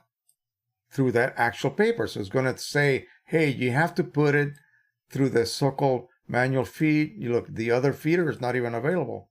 Okay. So we're going to go ahead and accept all of this. It's okay. We'll accept all of that. We're going to accept the leading and trailing edge border. Boom. And there you go. Let me load that again. Boom. So now we have a white border on the right, a leading edge border, trailing edge border, and a border on the left. Borders all around. That's what happens when you print fine art media. But still letting the driver manage color. But what if this was a paper that was extremely similar but made by Hahnemuhle or Moab, and they just tell you to use that paper setting, okay? Because physically, the paper is very similar. So the only drop-down menu, remember, maybe you did not do a custom media configuration, so you're going to have to use a similar paper choice from the Canon driver. Okay, keep that in mind. But you're using brand XYZ fine art paper, whatever. Here, watch what happens. And then when you go to suggest, remember, we switch from one paper to another. Premium Fine Art Smooth, automatically at the top of the list. Now, if I had created a profile, okay, if I had created a profile for this paper from Hahnemuhle or Moab that physically, thickness, surface, matches that Premium Fine Art Smooth from Canon, I would name it Canon Pro Dash 1000/500 and then give it a very similar name. Okay. And by doing so, it may even show up as maybe the second choice. Okay. Remember my profile, it showed up down here, but it still showed up within that group of paper profiles for the Pro 100, didn't it? It was there. It was easy for me to find. I didn't have to search through those hundreds of profiles just to find my own profile. Well, had I named it a little bit like drastically different, it would have never been associated with this particular printer and paper choice. So this tool allows you to pretty much automatically end up at the correct profile.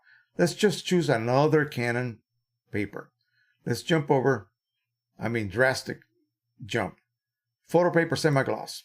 Okay, now we're going to go ahead and remove that border, this ridiculous border restriction. We're going to go here, blah, blah, blah, blah, blah, and get into the actual properties.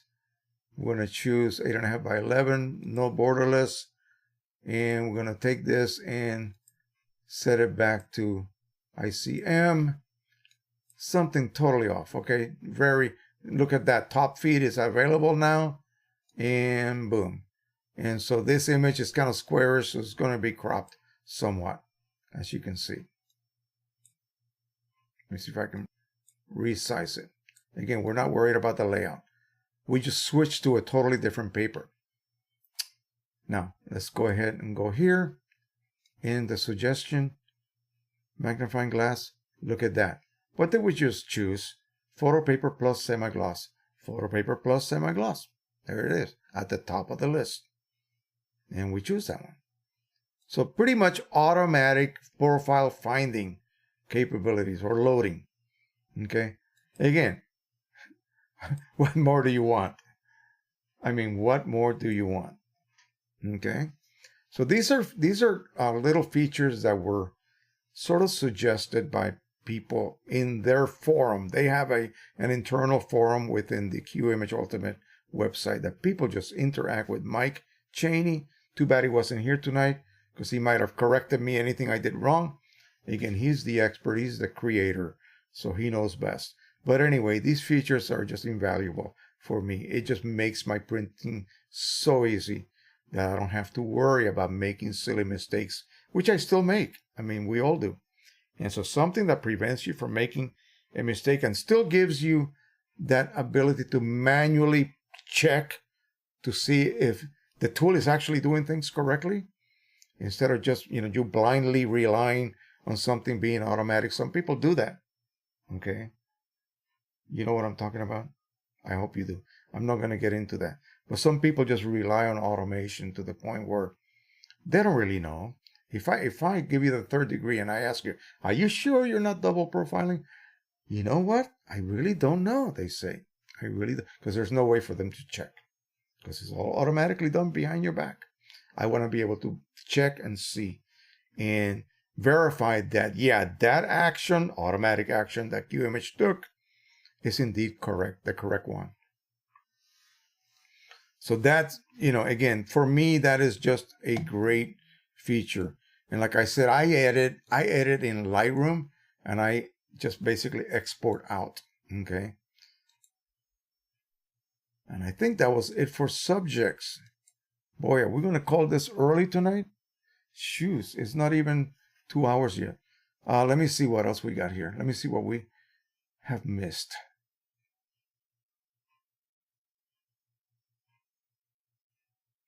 Okay, so I just realized that the link that I posted is for the European site, okay, for Canon. So those of you that are in Europe, you will have to go ahead and use that link. And those of us here in the US will use the Canon USA website. And then again, just look at driver support and you will find the new firmware. Okie dokie. Let's see. Faye Holloway says, I just joined you first time. My printer is printing very faded. Not sure how to fix it. That's like saying my car is making a strange noise. printer, model, make, inks that you're using, papers you're printing on, settings that you're using in your driver. You get the drift. I don't mean to be, insulting in any way, but that's like saying to the doctor, I have a pain. He's going to give you the third degree and ask you a million questions. You wouldn't leave that as a message in your doctor's message center. We're here to help you, but you have to help me by giving me a lot more details, pertinent details, okay? The printer is blue. That means nothing as far as how it prints. So the pertinent details will be the make, the model. Are you using OEM inks? Are you using third party? What papers are you printing on? How are you setting up your driver settings? Are you double profiling by accident? Are you using a profile and telling the driver not to control color? All of these things. I need to know everything. So otherwise I can only guess. Okay. And I'm sure no one here will be able to answer that because it's just unanswerable. By the way, if you guys are interested in a pretty interesting video, I did a video called Questions That Are Unanswerable or That Have No Answer. Printer questions that have no answers. And I go through quite a few questions that people tend to ask on a daily basis, and they really have no answer. So that'll open up a lot of insight, give you some insight as to how printers operate and some of the misconceptions that people have about how they operate. One of the most common ones is, how many prints can I get with an ink set, a set of cartridges? And I always answer, I have no idea. What do you mean, how many prints can I? It's like that would be like saying, I have a 55-gallon, barrel of paint. How many houses can I paint with that? You see what I mean? What size houses, right? How many coats? Lots of different, with printers it's even more difficult because you have so many different colors of ink. And the colors are used at extremely different rates, okay? So it's not like all of the levels are just dropping basically at the same rate. No, they're dropping at all sorts of different rates. So the minute one of them goes empty, you may have all sorts of different levels on the other colors. Your printer stops working. You got to replace that one color before you can continue printing. And then other colors are brought down. So there's no way that you can compute when cartridge number 8, the final one, is empty. No, because you've already loaded, replacements for the other 7 colors. You see, so traditionally speaking, a letter size standard image, okay, that's our standard, will use up about 1.5 to 2 milliliters total ink, whether it's a 9-color printer, 6-color printer, or 12-color printer. About 1.5 milliliters to 2 milliliters of ink total. So that's the only real number I can provide you, because there's no way to figure out how many prints, and they don't even say what size prints, right? So yeah, again, one of those questions without an answer. Okay, let's see.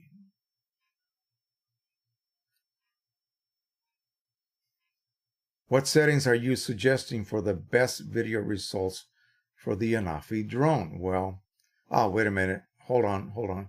Got to go back one. Sorry. Oh, yeah, I went down too far. Forgive me.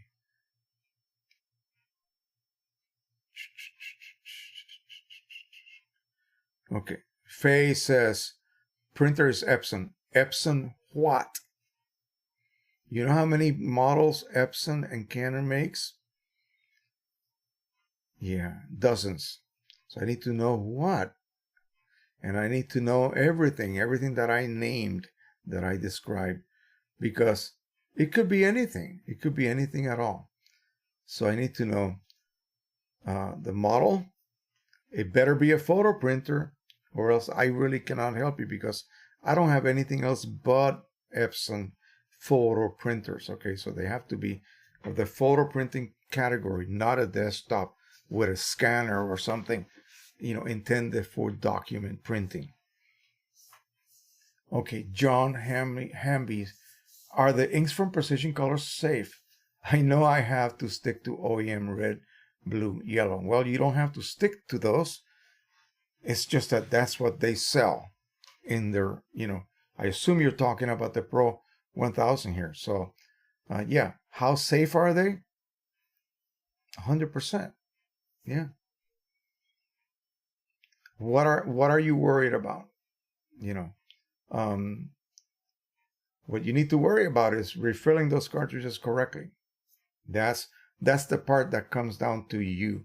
And so you are the the baseline here. The inks are fine. The inks are perfect as far as reliability, mechanical reliability, if you will. Okay. Matching OEM? Nothing matches OEM. Okay, nothing. Do they come close? Yes, indeed, they do come close. Are they safe? Yes, indeed, they are safe. So the refilling of these cartridges and the ability to make them able to then provide the proper ink level to your printer, that's up to you. If you follow the process as indicated in my videos and also their videos, you should not have any problem at all. Yeah, I'm using all OEM on my Pro 1000. The only, well, actually no, the grays are Precision Colors. The light versions of magenta and cyan are Precision Colors. Everything else is OEM, because the Chrome Optimizer, simply OEM, is just the best. Okay, nothing of the third-party category, Chrome Optimizer or Gloss Enhancer in Epson or Optimizer in Epson's even come close to OEM. They just do not. I don't know why they can't duplicate that formula.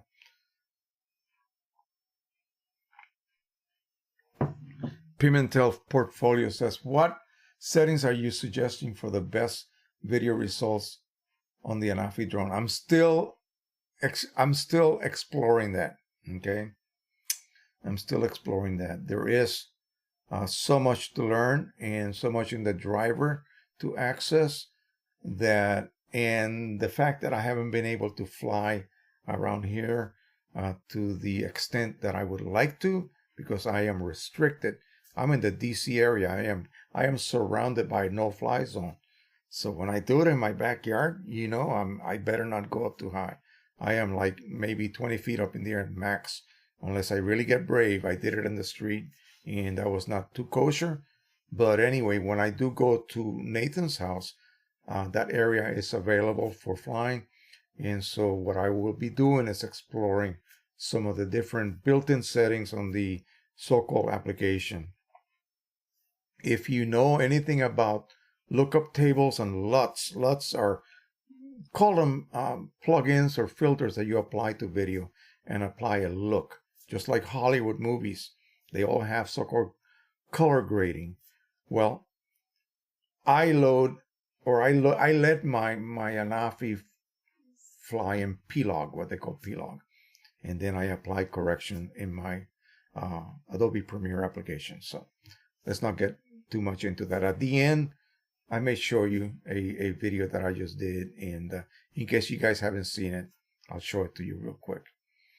Okay, Spike597 says, to run, do an internet search for ASO monitor calibration. That will show you. Yeah, I think so. Adam McKenzie says, can you please explain how to avoid double profiling? I let the printer manage color, and there is some additional steps to be taken. Yeah, if you let the printer manage color, you have to tell the printer to manage color. It's not just letting the printer manage color in Photoshop or Lightroom. You have to go in the driver and do what I just did. Set it in the Canon world, set it to color matching ICM, okay, and then auto, okay, you get it? And if you're going to let the application control color through an ICC profile, then you turn that off. You set it to none in the driver. If you use QImage, it's done automatically for you. Okay, it's one or the other. Manually done in Windows operating system, you have to manually go into the driver and turn that on or off. Okay, when it comes to Epson printers, it's just called something different. Okay, and you set that to off or on, none or yes, and so on. So say for instance I print on Photoshop, and in my let me just quickly load Photoshop. The best way to do it is to actually show you how to do it. So because it doesn't matter where you do it from, okay, it'll basically be the same thing. I got a little problem here with my installation here, as you can see. I don't understand what that means. I'm a subscriber to Photoshop and it's been doing that lately. So anyway, let's go here and print this. Okay, let's go and print that.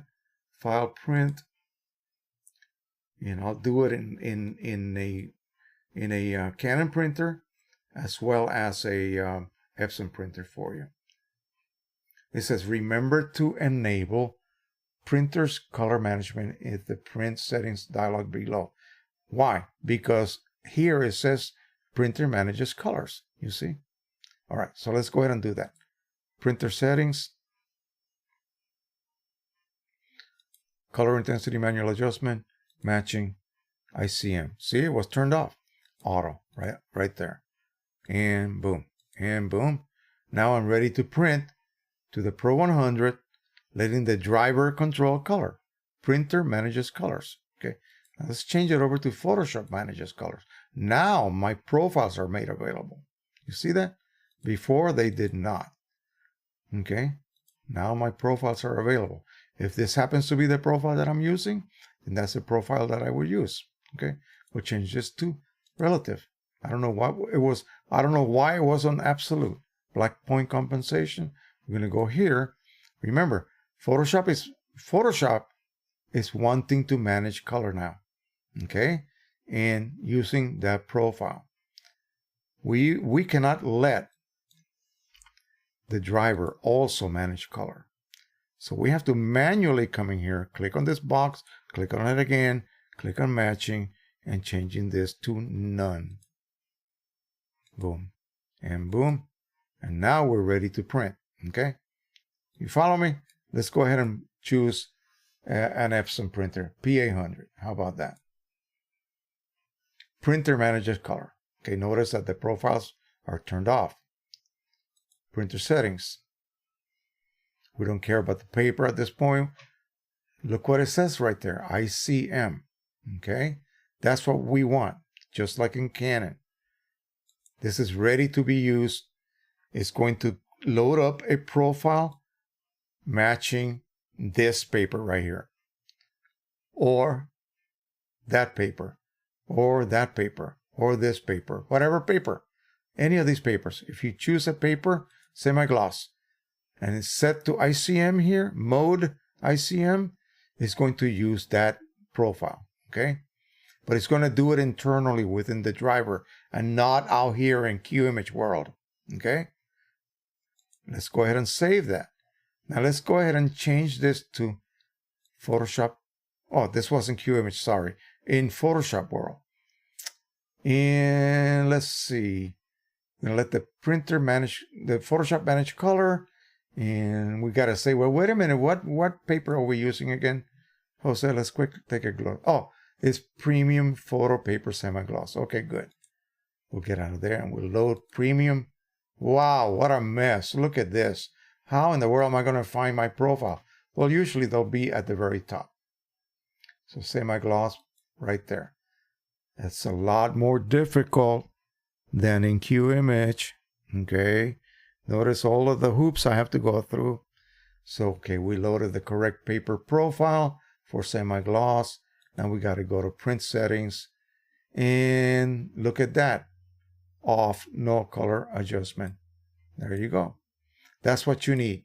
Not ICM, because ICM would cause the driver to also load that same profile. What does that mean? Profiling here, double profiling. The results will be horrendous. So off. Boom, print. I hope that answered your question. It's one or the other, never both. Now with QImage, those setting changes will occur automatically, okay? I don't know of anything that, other than PSP for Canon, that will make changes to the driver color matching settings in a Canon printer, or even an Epson printer. An Epson printer will also be changed to the correct color management setting, either off or on. If you tell QImage to control color, it will suggest a profile to match your paper for you. And you load that, and then automatically the driver would be set to no color management or no color matching, like none. If you tell QImage to let the driver control color, whether it's a P800, the Pro 1, the Pro 10, the Pro 100, any printer that I have, its driver will be set to control color, okay? And if you're using a Canon paper or an Epson matching paper, the correct profile will be loaded for you automatically. I don't know how else to make it easier, okay?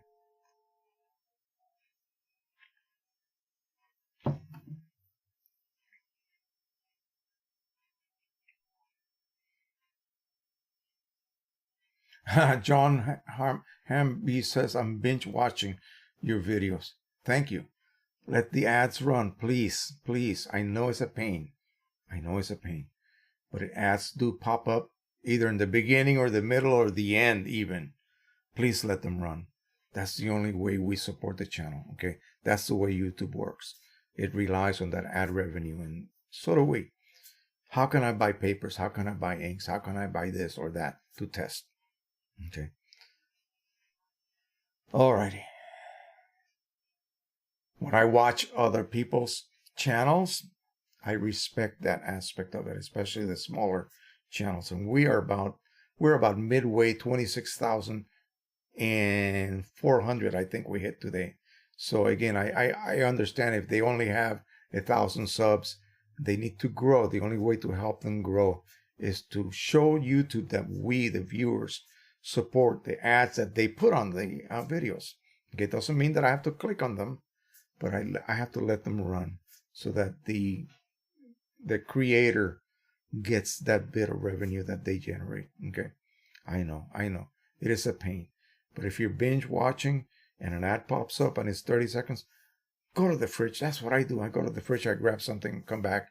I watch them on my big TV upstairs, and that way, it's a better enjoyment for me anyway. The only negative aspect of that is that if I want to leave comments, you can't on the TV. So better than on a little phone, though. You know what I mean? So again, but that's all I ask of you guys. Just let those ads run. It helps the channel tremendously. Believe me. Alrighty, let's see. Ron Calvadas says, Adam McKenzie, you and I are having the same problem, I think, with profiling. Yeah, just be careful. It's one or the other. Either the profile is used in Photoshop. That means you let the application control color. Photoshop controls color. You turn that aspect off in the driver. Okay, you may have to manually do that every single time. Now, here's a suggestion for you guys. If you're using Windows, default your printer to always not print with color management. Okay, you can do that. You can default it to a no color managed workflow. Okay, that way you always control color, say through Photoshop or Lightroom or QImage. QImage is automatic though, so you don't have to worry about that. But you know what I mean. Whatever application you use to print, it will always control color through an ICC profile, whether it is OEM, whether it is custom made by a paper manufacturer, or you yourself made it, or I made it for you. It doesn't really matter. Okay, always set up your driver to be defaulted to no color management. How do you do that? Easy. Let me show you. I'm showing you a bunch of new things here, guys. All right. So we're going to go to control panel. If I spell it right, it's dark in here. Okay. Devices and printers. And again, remember, this is Windows. I don't know whether you can do this on a Mac or not, but Pro 1000. So we're going to right click, printing preferences. And again, just simply clicking here, matching, and set it to none. And OK, and apply. And that's it. From now on, that driver will always be set to no color management. Simple. That's it. And so you don't have to worry about, double checking, triple checking. Gee, is my driver set correctly? It will be defaulted to that unless you change it from within an application. You can access your driver from Photoshop. You can access your driver through Lightroom. You can access your driver through QImage. And you can manually change things. But it should not be that way. You should not have to do that. Okay. As you saw earlier in QImage, I can just pick my media type inside QImage. Okay. I don't have to go to the driver specifically, unless I get a little warning triangle telling me, hey, something is not matching correctly. Jose, get inside the driver and check to make sure you got the right paper or the right size or whatever set. Again, it's just, another one of those watching your back type features, okay? So that you don't make a silly mistake when you hit that print button and you end up with the results you did not expect. That's what it is.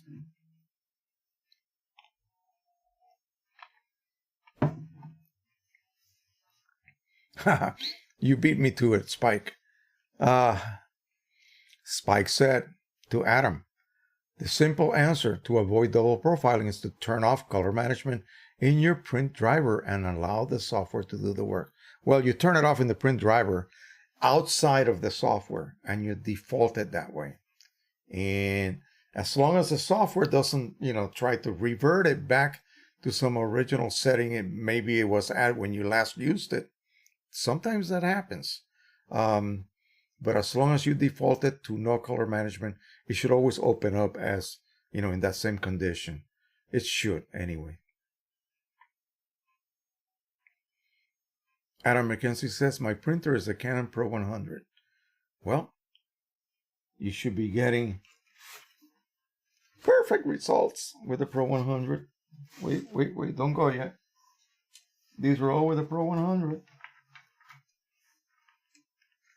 Again, folks, once you get this, you can literally print blindfolded. I always joke about that, but I'm not kidding. Pro 100. This matches the monitor. Pro 100. And the best part is this. Let me show you real quick. Wait a minute. 1 and 2. We'll just use these three. 3 identical prints. Same image. Just done slightly different. Okay. And the slight difference will be secretly displayed in the back. Let me flip this correct orientation here. Okay. Here we go. We'll leave this one here for the time being. OEM. Again, disregard my bad lighting here, but this will give you an idea. OEM, this is the best that the Pro 100 can produce, period. Precision colors. Let's line this up. And I'm gonna swing this left and right and up and down, kind of give you an idea as the lighting changes.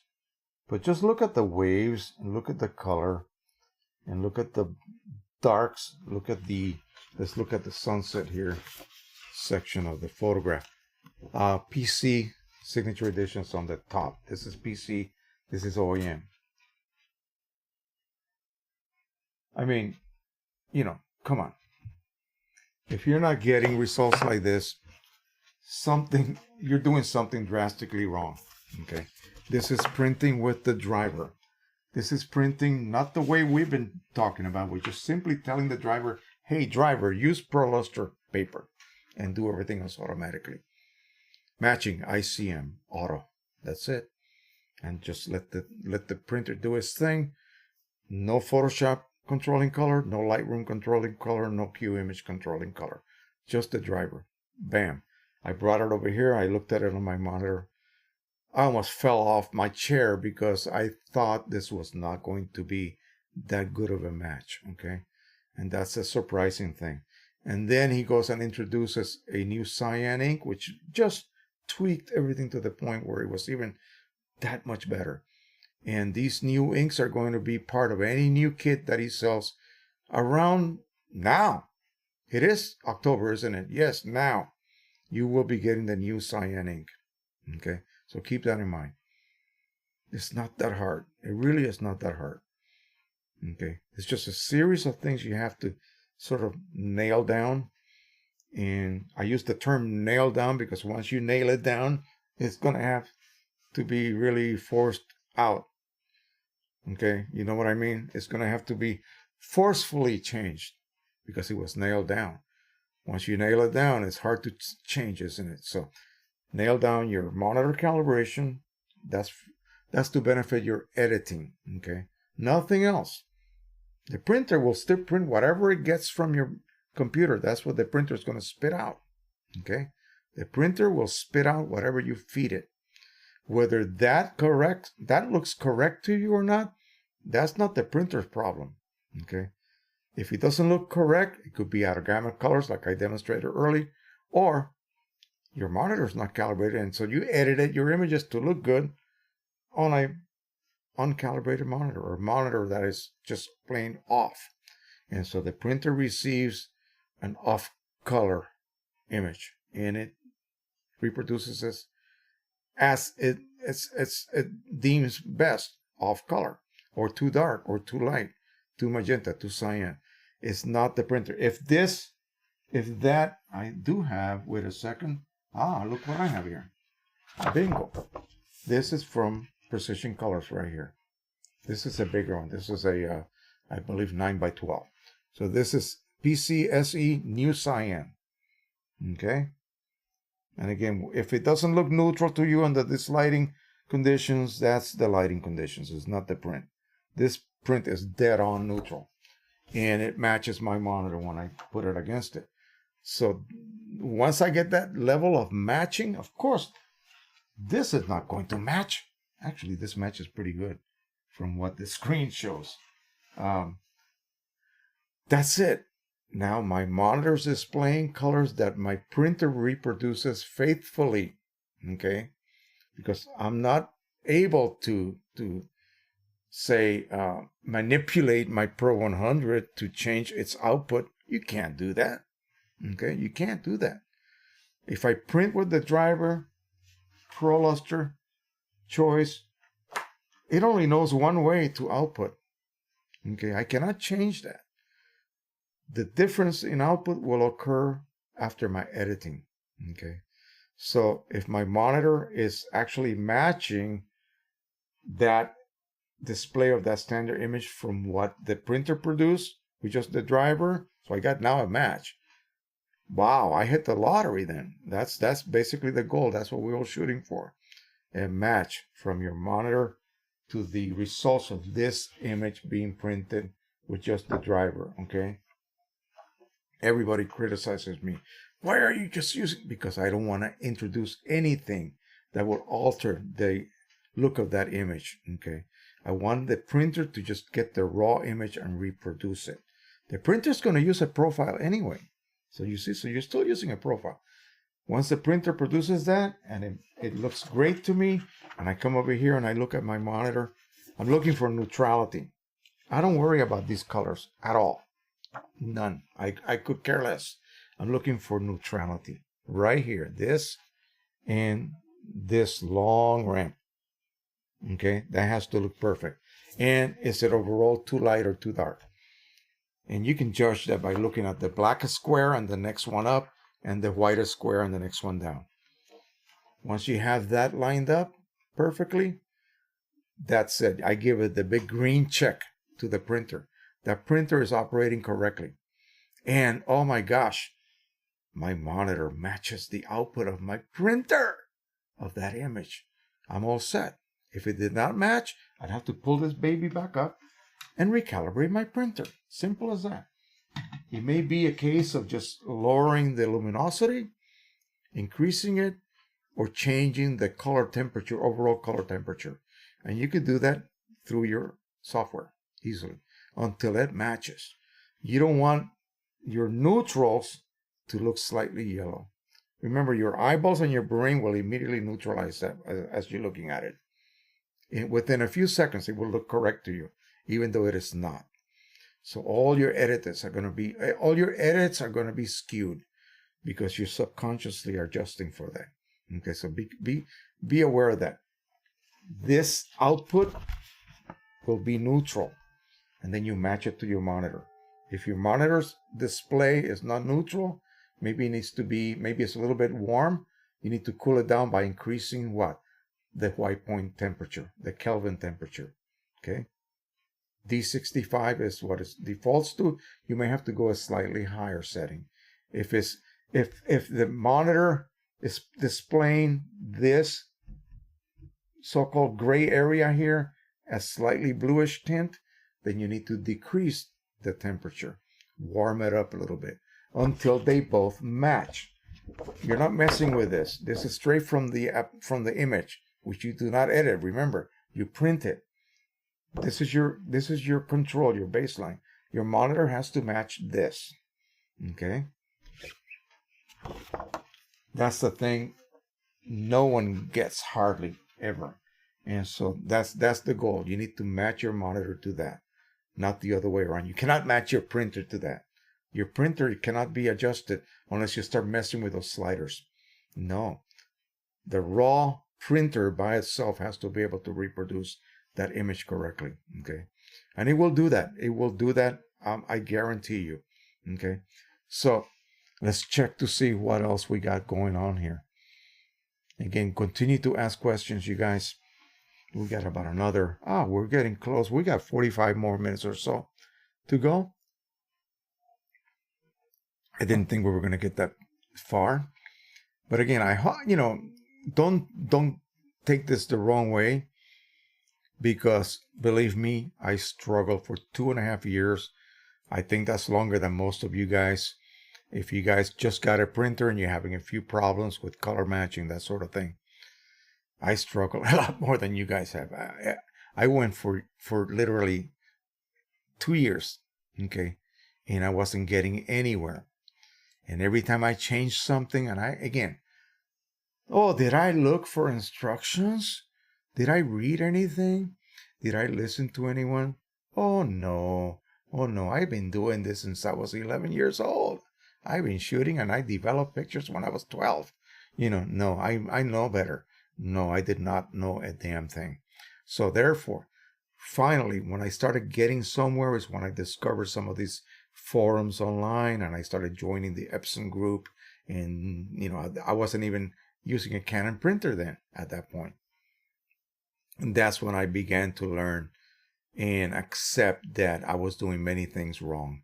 And so once I, got past that block, if you will, or hurdle, I immediately started to progress. And I mean, exponentially. And that's finally when I began to enjoy this, okay? Because I really was not enjoying it. Nothing was being put to paper because I just, this is garbage. None of these printers work properly. Who cares? Printing? Why should I do that? I have a computer screen. I can just look at my images on my screen. Well, again, you'll be surprised how quickly you begin to love something once you get past that wall, okay? And that's what happened to me. And I think that's why I began to do this, because I didn't want anyone out there to go through this stubbornness that I went through. Really, it was due to just me being stubborn.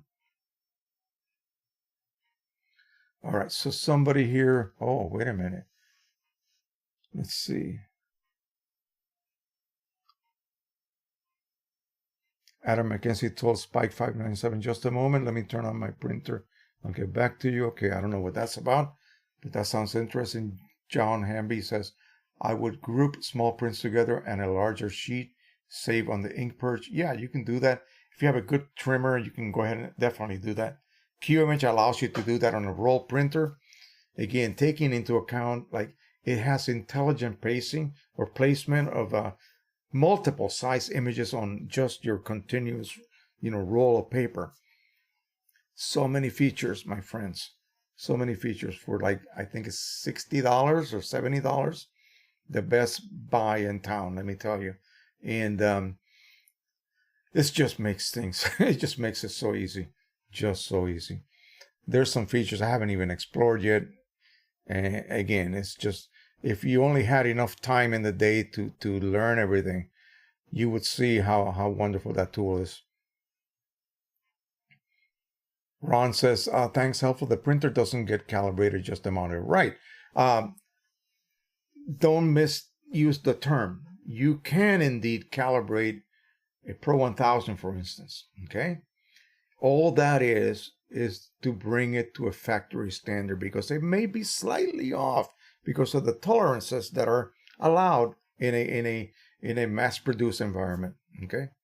So calibration is available for the printer, but all it is doing is bringing it to a standard set by the factory. And the only time that becomes necessary or even relevant is if you have two Pro 1000s, one in New York, one in LA, and you want both of them to output exactly the same, so you guys can share files and images and profiles and that sort of thing. Because now these two, separated by 3,000 miles, Pro 1000s are outputting exactly the same, where they were not before calibration. Pro 1000s come with an internal densitometer that allows you to run a calibration step, and that is done during the initial setup of the printer, and that just brings that printer to a standard factory setting, which it may or may not be at, okay, out of the box. Simple as that. It's not a profile maker. No, that's not what it is for. Now, printing with the driver on Canon printers after calibration, oh yeah. Yeah, you will see how good that looks. But again, it's only for Canon papers. If you want to do that, in other words, you want to print with just the driver and you're going to be sticking to Canon papers, you don't need to, ever let Photoshop control color. Just let the driver do it. The printer driver will load the corresponding matching paper profile as long as you're using a Canon paper, not someone else's papers, Canon paper. And then after you calibrate your printer so that its output is, let's call it perfect, it really raises it up a little bit, another notch. In other words, your output will be even better, because not only is the printer calibrated now to factory standards, which it was not when it left the factory, it was within a range. Now that calibration brings it to the exact range. Okay, so now that profile, which was made on a calibrated printer, will be even better. Simple as that. That's the best way I can explain it.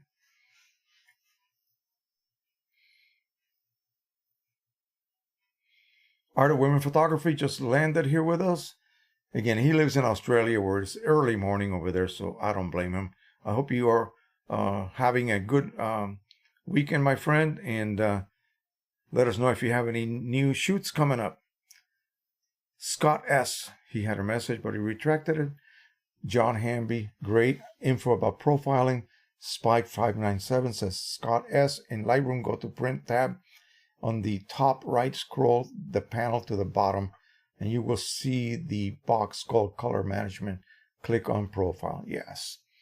That's in the print module, right? PHVFX from Copenhagen. Or Ermums G. Banger. Wow, that's a good one. Depends on the colors in the print. Well, depends on the colors on the image, probably. I don't know what you're referring to. I found my third-party inks, the blacks, seem to disappear from the print after about 8 weeks. Yeah, that's because the blacks are horrible. Okay. the black inks on that particular third-party inkset is horrible. Okay, that will not happen with Precision Colors. Again, these are probably, oh, this is like from, I want to say mid-August. Okay, and it's as it was from the beginning.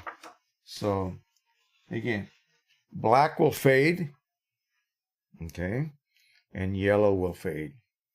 When black fades, everything kind of becomes sepia looking. I'm sure you've seen that. When your black inks fade, it's due to the inks themselves, that particular brand. And you just need to find something better or go back to OEM. Stephen Baxter, trying to print with Epson SureColor P800 on my iMac with Windows 10 Boot Camp. Using correct ICC colors are washed out. No double profiling. Sample print gray strawberries look great. Why would your standard image look great then? If your standard image, think about this. If this image, are you saying that the strawberries look great but nothing else does? Or are you saying that when you print this image, it looks great, but then when you print your own images, it does not? The printer doesn't change moods, in other words, when it switches over to your images or this standard image, which, of course you don't edit, right? So if you print that image and it looks correct to you, I'm not going to say great because that's, neither here or there. But say it looks correct to you, then why should your images not? Well, the only factor I can come up with is that this one you do not edit, and your images you do edit. So the iMac monitor, how is it set? Is it calibrated? It's very difficult to calibrate an iMac, by the way. Nearly impossible. Okay, especially a laptop type, notebook type computer, whether it's Windows or Mac. The angle of the screen will shift the brightness of your display tremendously. So there's no way you can really truly calibrate a notebook type PC or Mac computer.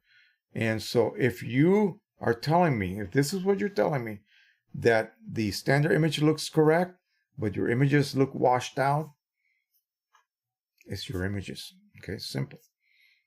Assuming that the printer is working correctly. What else can I tell you? The P800 is a wonderful printer. Okay, should be able to produce great results. Okay, again, I'll hit this one more time. If you open up your standard image and you print it, in other words, file print. I don't know what you do in Mac, but in Windows, file print, driver, you pick an Epson photo paper, you load that photo paper onto the P800, and you print it, and it comes out correct. Okay, and then your images do not. Guess where the change is? Okay, you see. Again, I'm not trying to be an ass, but you can see what I'm getting to. Okay, so that would cause a drastic change, and it's just the same thing on Windows. Okay, if you open up that image on Windows and you print it and it looks correct, and then you start editing your images, but your monitor is not displaying. See, because you don't care about what that image looks like in your monitor. You just print it. You just want to know if the P800 can reproduce that image correctly. And it does, but then your own images do not. You see what I'm saying? So that would be the only thing that has changed is your images. That's the unknown, your images, my images, anyone images.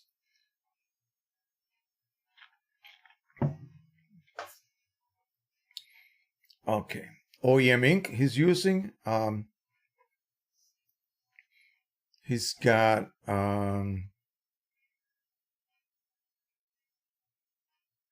wait a minute, PGI 72 original cards. Oh, okay, wow, yeah, I'll take them. Where are you located? I'll pay for postage if that's what you want. If you're going to give them to me, I'll be more than glad to take them. I need extra sets so that I can continue testing some of these new inksets that Precision Color is putting out. Yeah.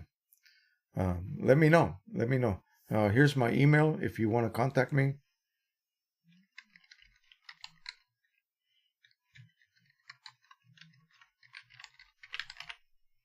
Make sure that I sure as heck did not type that correctly. There we go. All right. So yeah, if you want to contact me, just click on that email and send me the information.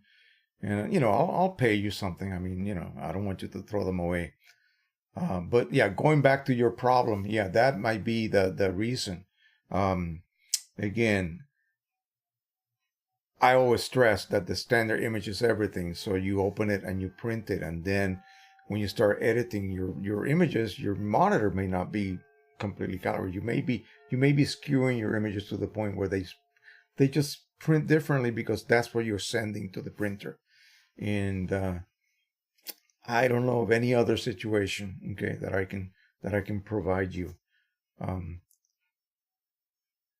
So anyway, Will Carson says, "Hello, Jose from Southern California. Is there a recommendation for internal cleaning of the Canon Pro 10, such as recommended on Inkjet Mall for the Epson 3800 and so forth?" No, not really. The only thing I would suggest is to just make sure the platen, that metallic, shiny, chrome-looking plate across where the little rollers are, where the prints emerge and go under and such, keep them clean. That's all you need to do. Just clean the internal areas. Paper towel, soft paper towel, maybe a little Windex here and there, but mostly you can even just use plain distilled water. Just keep those areas clean, because if you print, to some degree, if you print borderless type prints, that develops that overspray that needs to take place because you have to print beyond the edges of the paper. And that just gets deposited all over the internal compartments of the printer. And at some point, it just accumulates to the point where they start to smudge any kind of future prints that you may run through there. So just every couple of months, just go in there and clean the area. Now, you're lucky that the Pro 10 doesn't automatically bring the printer to the middle. So you have to press that button to be able to move it to the middle.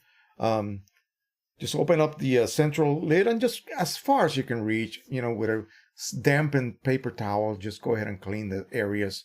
If there are any sponges near the platen region, just again, use wetted paper towel, Windex, and just kind of dab all of these areas and make sure that every surface is just kept as clean as possible. That's all. There's not really anything you do to the purge pad. I mean, that thing stays pristine anyway, because it does that after every print. After 30 seconds or so, it'll clean that purge pad for you. So nothing really to worry about. They're good printers, I'm telling you. People complain about all the noises and this and that. Believe me, it's doing a lot of things that you, I, or anyone else would normally want to do as far as maintenance goes. It does it for you. So I still don't get why people don't like Canon printers. They get so upset about what they do or what they don't do.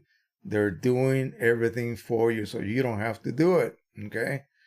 Of course, nobody does it. Even if the printers don't do it for you, nobody does it anyway. And then 6 months down the road, they have smudges, they have blobs of ink on their prints, and that sort of thing. Yeah. Printing at home is wonderful and rewarding, or it could be the opposite. It just depends how you approach it.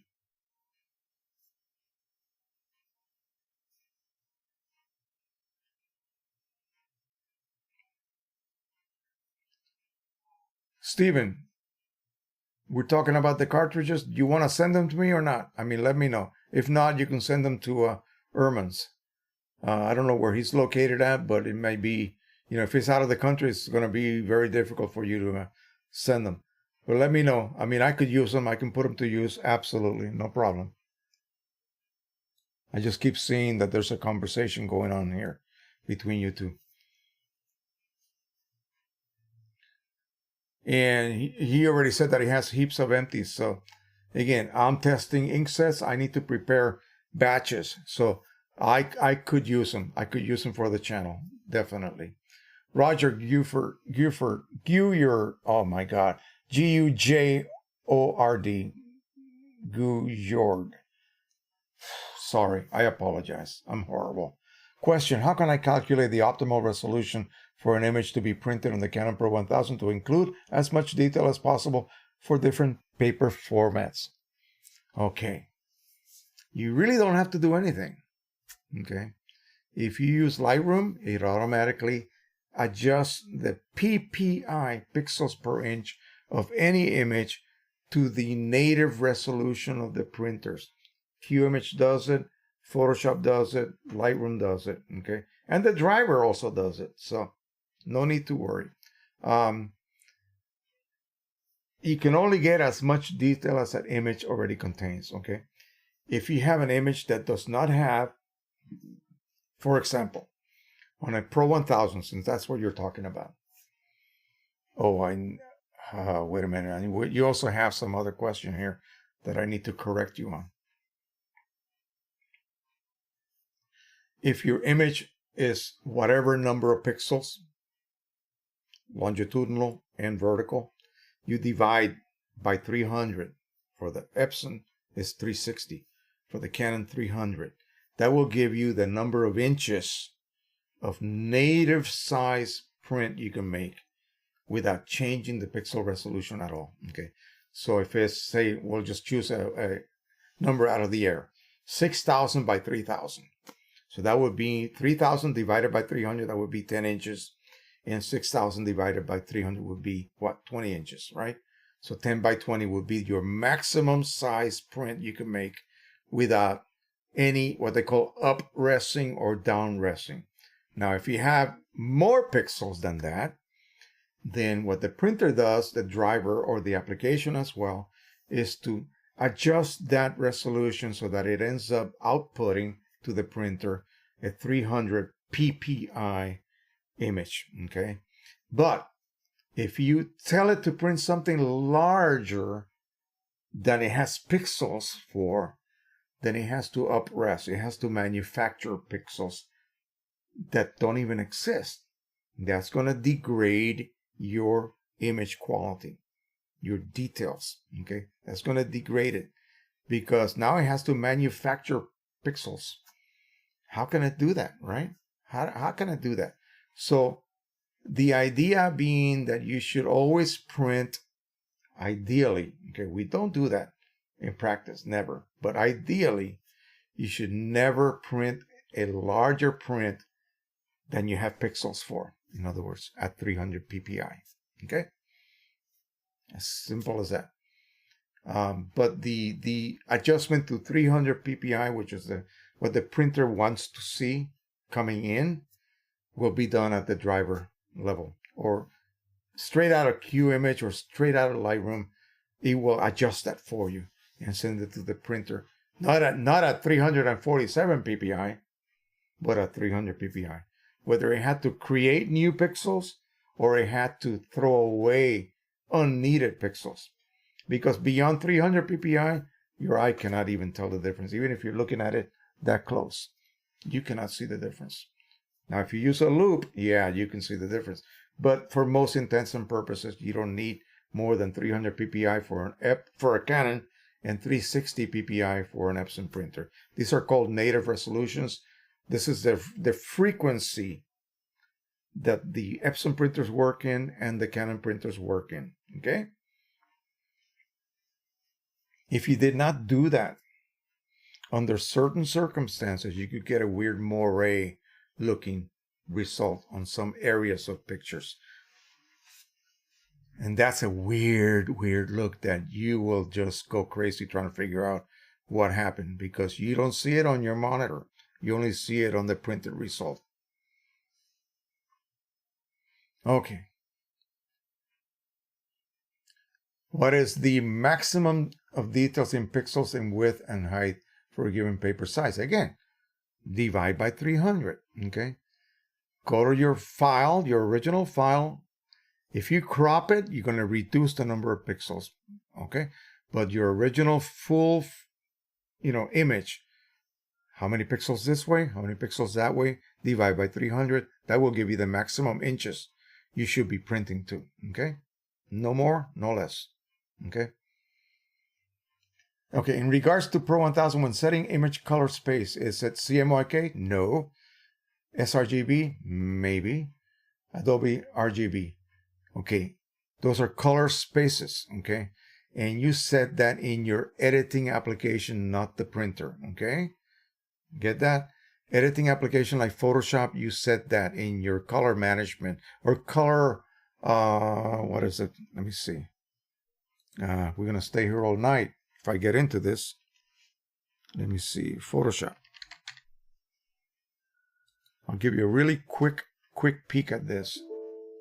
Here we go again with, I gotta reload my Photoshop.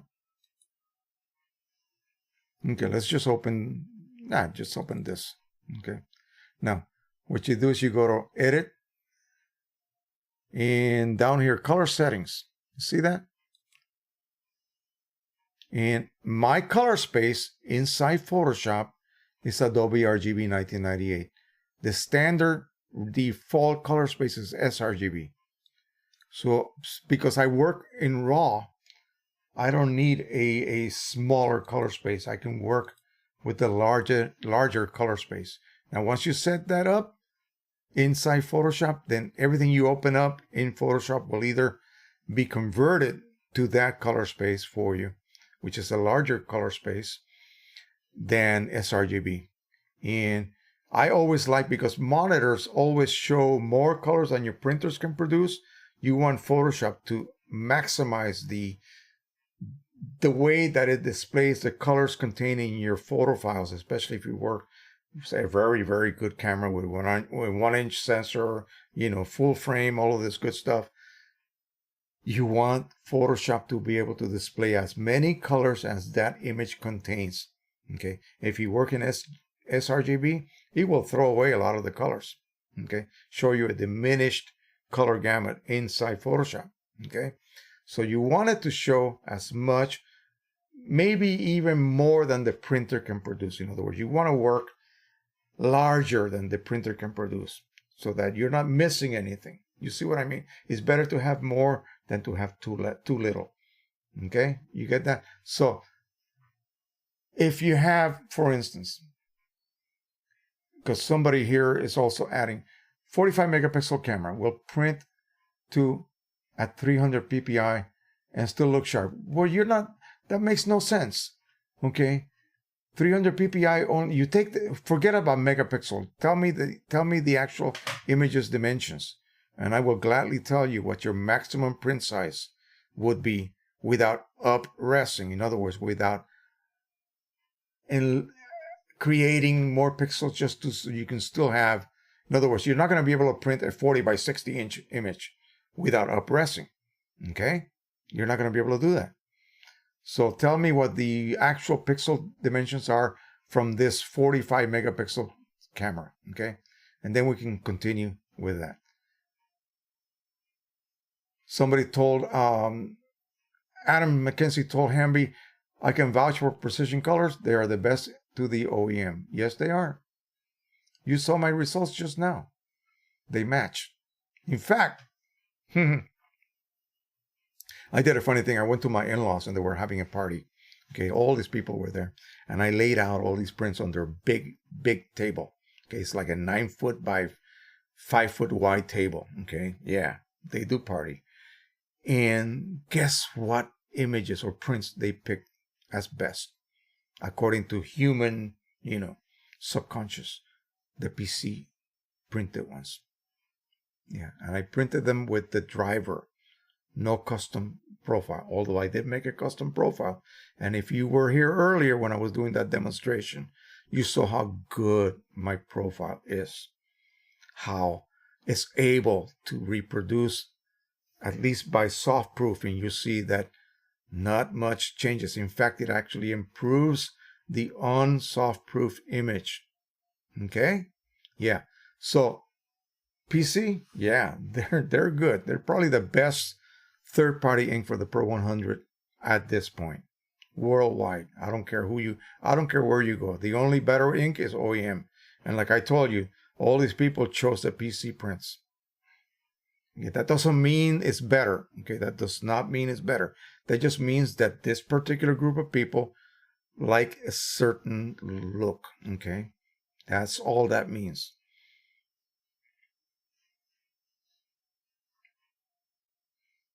All right, let's see. Roger, I'm not going to say his last name because I'll butcher it. I print vector graphics that I can render to any resolution. Okay, that's different. That is different. You didn't say that in the past. If you're talking about vector graphics, that is all mathematically controlled, and you can make it as small as a postage stamp or as big as a billboard in the highway. Yes. So it doesn't really matter what you do in this case. You're not using what do they call that? Well, pixel based. It's no longer pixel based, so you don't worry about it. Just size it and print it. Done. Okay. In fact, you will not have any little chair steps on any angular lines because it's vector based. Yeah, and just print at the highest resolution. And there is something else. You said you did the P800. Let me see. There's something that they recommend for vector art. We'll check that out. I don't do any vector art, so it's just something that I probably never access. But I think I remember seeing it. Let's see here. Okay, so let's switch over to the screen. So let me show you how I got here. So basically right click on the P800. Is that what you're using? I hope that's what you're using. Otherwise, this will be a total waste of time in my part. So you're going to go to the driver, okay? And we're going to go to the quality options and hit the quality options, not maximum quality, just quality options. Super photo, 2880 by 1440 dots per inch. Dots per inch, not pixels per inch. This is the number of dots the printer is going to create in 1 square inch of printed material. So you want that to be at the highest. You want microweave to be on, okay? And edge smoothing, okay? So for vector art, edge smoothing, finest detail, high speed, that means unidirectional. That means bidirectional. If you click this off, it's only going to print when the printhead passes from the right side to the left side. Then it's going to return without printing. The paper will advance a tiny bit, and it will make a secondary pass, lay down some more ink, return back to the right. So it's only printing as it goes from right to left only. When you hit high speed, it's going to do it bidirectional. It's going to print from the right to the left. It's going to then advance the paper a little bit, and it's going to print from the left to the right again. This works only when your printhead alignment is perfect, okay? All right, so keep that in mind. Turning that off will take twice as long to print something. Turning that on, it will print in half the time, okay? But make sure edge smoothing is actually clicked, okay? Glad you asked that, because that's a setting that a lot of people don't realize exists. So anyway, let's continue. This has been a good night. Wow. We're about 10 minutes away, and I'm not even done yet. We're going to be going past 3 hours, folks. Enjoying the stream, printing out some of the test images of my Pro 100S this evening, and it's just so exciting to get a print that matches the image on the calibrated screen. I love printing. This is Claire Hopkins, and you did say 100S, so I know you're not here in the USA, and that is good to hear, because a lot of people in other countries, especially Europe, wonder whether these printers that are zoned for Europe operate in the same way, and I think they do. In fact, the cartridges I know are interchangeable. Sheila Brown is saying hello to everybody. Did you just get here? I hope not, because we're about to go off the air pretty soon. Ron says, is there a way to put roll paper on a Pro 1000 printer? No, there isn't at this point. The only thing you could do is upgrade that firmware and then just cut sheets yourself from a roll. That would be the only way. If they did that, then people wouldn't buy the Pro 2000. You see what I mean? Although the Pro 2000 is 24-inch capacity. But I don't think that they are looking anywhere to turn the Pro 1000 into a roll type printer. That would be a dream come true. That would be the perfect printer for me.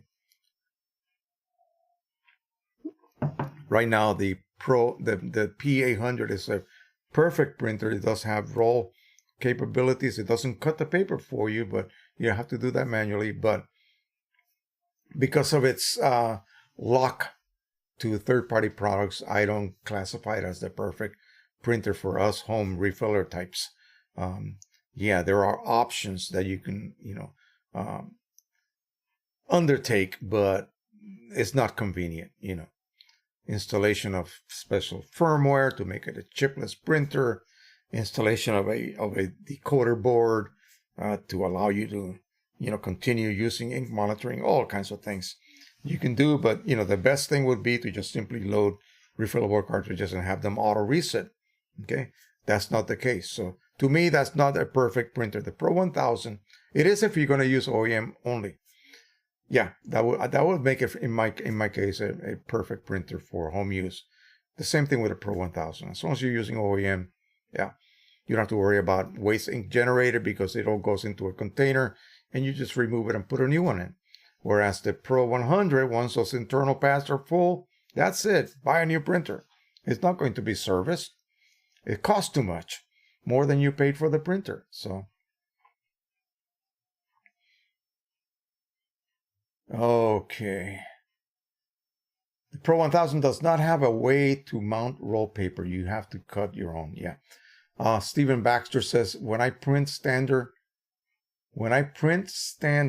it all correct. I don't know what you mean by standard. Standard paper choice? That's just plain paper. Okay. That's like meant for documents. It's a $5,000 iMac. Why does Mac cost so much? I don't get it. Okay, Ron says, where can I get a copy of the standard image like you are using? In my Facebook group. Okay, easy as pie. Just join the Facebook group and it's right there among many other types of images that you can use for your testing procedures. But let me find the one. I hope I have it down here somewhere. Standard images. I'm going to load the website that these original images come from. Here you go. There it is at the very bottom of the chat right now. You should be able to access the original download site for these images.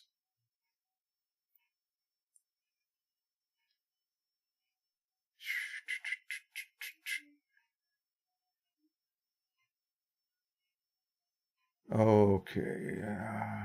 Adam, I don't know what you're saying when you say when you reiterate when to use. Can you reiterate when to use ICM? Yeah, ICM is when you let the driver control color. Okay? So if you tell Photoshop to let the printer control color, your Pro 100, Pro 1000, any kind of printer, you go to color/intensity manual adjustment, matching ICM. Okay? If you're going to let Photoshop control color to an ICC profile, you go to all of that again, but matching none. That way the printer driver here is controlling color and Photoshop is not. Or this is not controlling color and Photoshop is. Okay? Either one. Not both at the same time or both off. No, you cannot have that.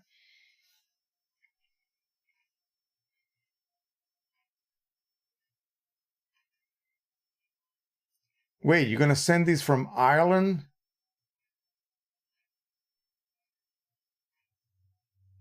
Wow, okay. That's, my heart just fluttered. Thank you.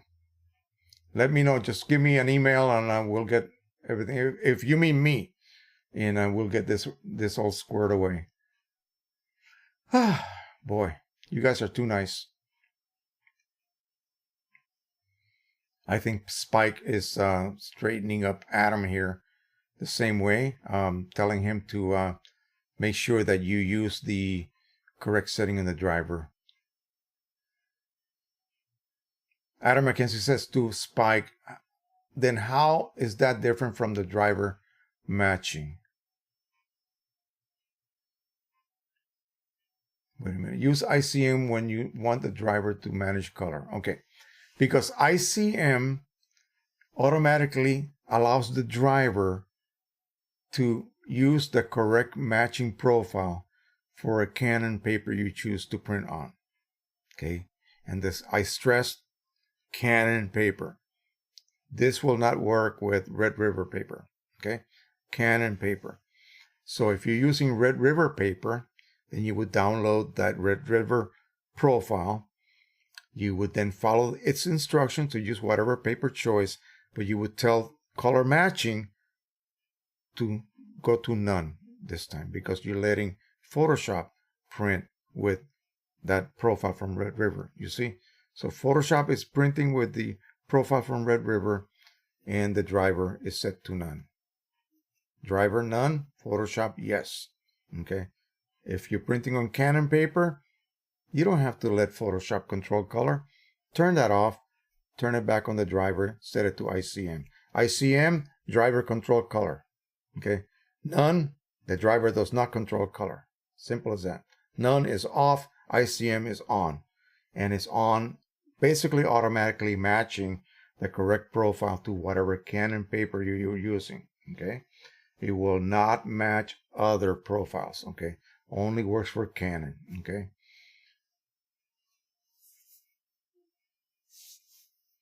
Okay, let's see.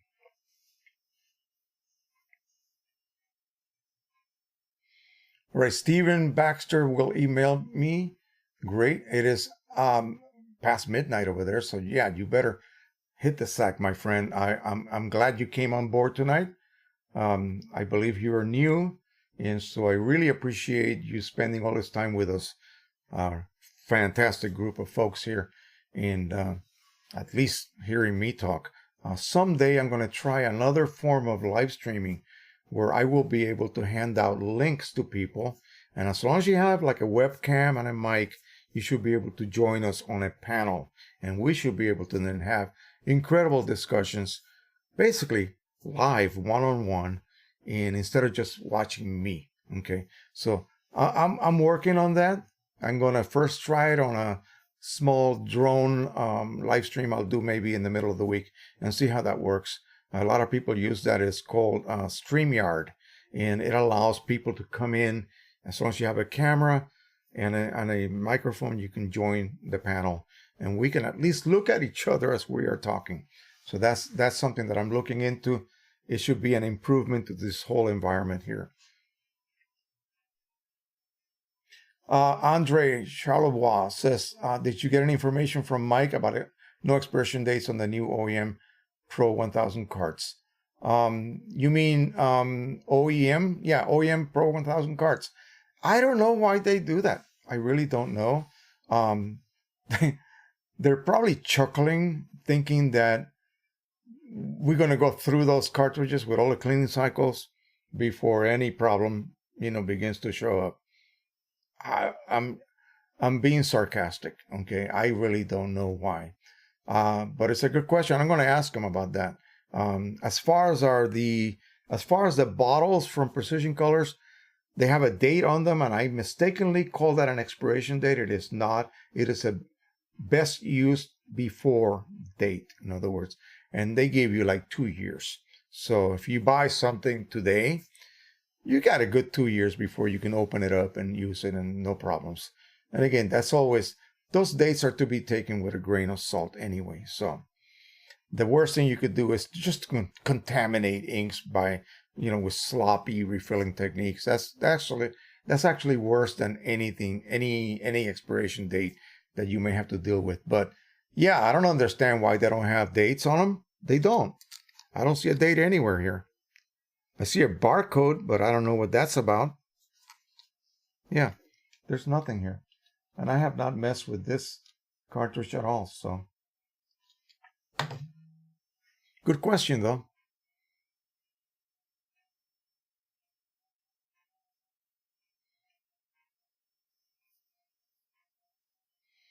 Okay, let's see.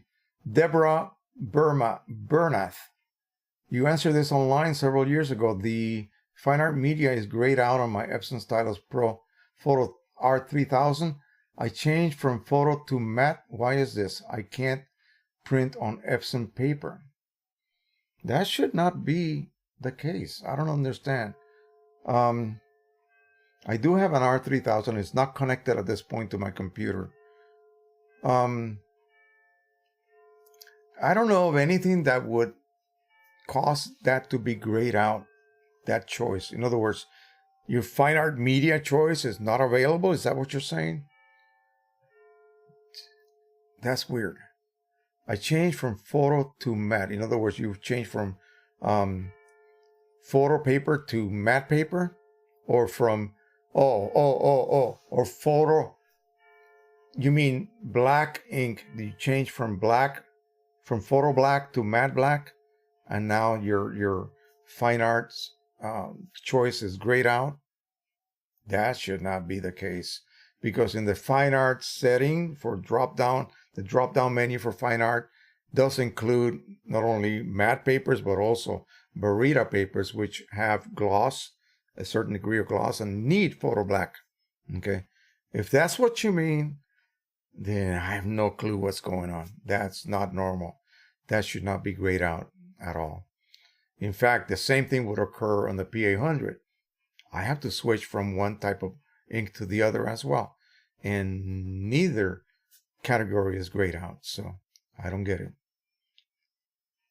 Oh, I think you figured it out. Hang on. I figured it out. I have to set the paper. Thanks for the help anyway. Okay. That may be a little bit different. The R3000 has been ages since I use it. Yes, but I had to change the paper setting to fine art paper. Okay. Anyway, I'm glad you figured it out. Jason Machin just dropped a $5 super chat. Thank you, Jason. Thanks for always sharing your knowledge and wisdom. Best wishes. Wow, appreciate that. That will certainly help the stream tonight. Hey, if any of you feel a little bit generous tonight, you can drop a few dollars on Super Chat. It's available at the bottom of the chat. It's very easy and totally safe. Okay, now it's after 8. And let me leave you with just, again, don't leave yet, guys. Don't leave yet, because I want you to see. Somebody asked about the Anafi earlier. We got 29 people, so let's see how many people bail out. I hope not too many. I want to show you the last video that I did. Let me see if it's still here. I may have moved it over to my other drive. If I cannot show it to you here, I will have to. Okay, here we go. Let's see. Okay. I'm going to turn the volume down. So, the Para Anafi has a feature that allows the camera, unlike any other drone. This is, by the way, this is flying right now. It is hovering. I can tilt the camera straight up. And now behind my grandson's house, it's about maybe 30 acres of woods. And so I decided to walk the drone, basically fly it at about 5 feet altitude, and just walk through some of the paths that the deer make, when they come roaming through the woods. But I'm looking straight up, which is unheard of.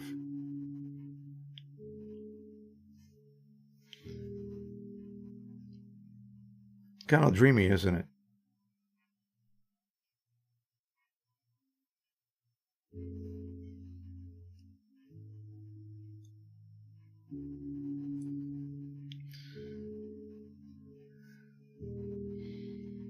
So there's a wide path that the landscapers, by the way, he lives, in a very large house. You'll see this in a bit. So they leave this path and they leave some areas unmowed. And so I'm just following. Again, I'm just flying the drone, turning this way and that way along these paths, and hoping that I don't hit anything.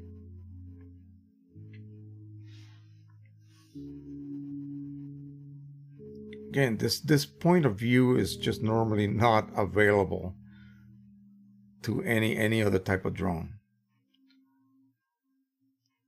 Now, this is supposed to be 4K.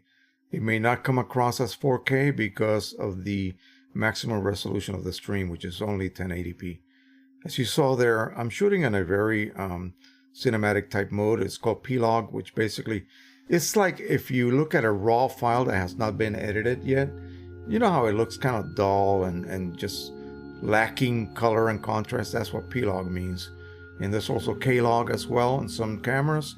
It's just a very flat profile that you can then do a lot more editing to it than you would had you basically shot on something similar to like directly shooting into a camera using JPEG as your file format. That file will have been processed internally, and you really can't do much if you lose shadow detail or highlight detail. Whereas in P-Log you can actually bring in, it's almost like shooting in RAW format. This is the house where Grandma Mooney and the wife of Bill Mooney, William Mooney, the grandfather of Nathan. I'm the other grandfather. So this house belonged to Grandma. They owned all of this land prior to the second house being built, which is the one that's coming up in a second here. I think it is. There it is. So this is where my son, my daughter, her husband, and Nathan live. The in-laws live in the last little house right here, which is attached to this one. It's a long continuous dwelling. It can be kind of a, well, you could imagine. Let's not get into that.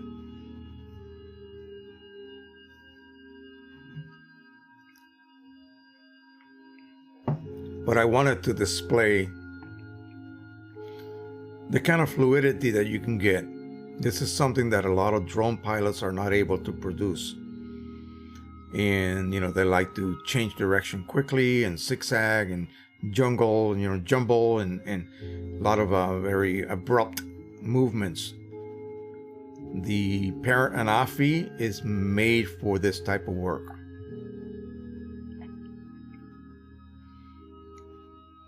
We got about 6 more minutes here. I just want to take you through and show you what I do for fun. And here's the thing with anything, any hobby, once you make a hobby more of a job, it kind of takes the fun away. And I remember when printing for me was, more of a hobby, fun thing. And now because I have to, the pressure of coming up with new content and that sort of thing, and always coming up with something new to discuss, it's becoming more of a job. And it does earn revenue, but again, because it does that, it kind of loses the fun. So I find it very difficult lately to maintain that fun attitude. But you know what? The comments that you guys lay down on me on my channel, and also the opportunities for me to help someone in the Facebook group, just make it all worthwhile. And so when I get a chance to do something like I am doing now, flying over Nathan's woods here, as I call them, this is just a reward for me. And then I leave here, I stop doing this for a while, and I feel revived. And there I am down there. Look at that. Here I am. I'm as little as an ant down here. Right there. So it's at a relatively good altitude. And lucky for me, this area of town It's outside of the Washington, D.C. no-fly zone.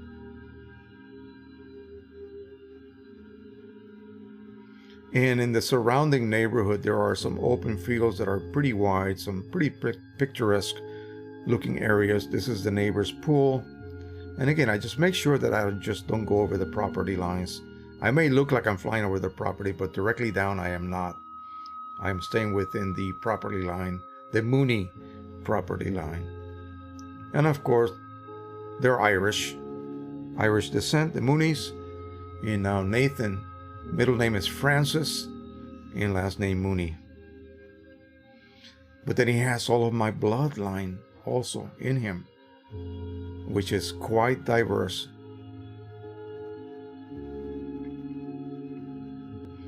So I'm flying across the front, and notice you may have noticed that I have been adjusting the camera gimbal slightly as I fly, either up or down, slightly down, more level.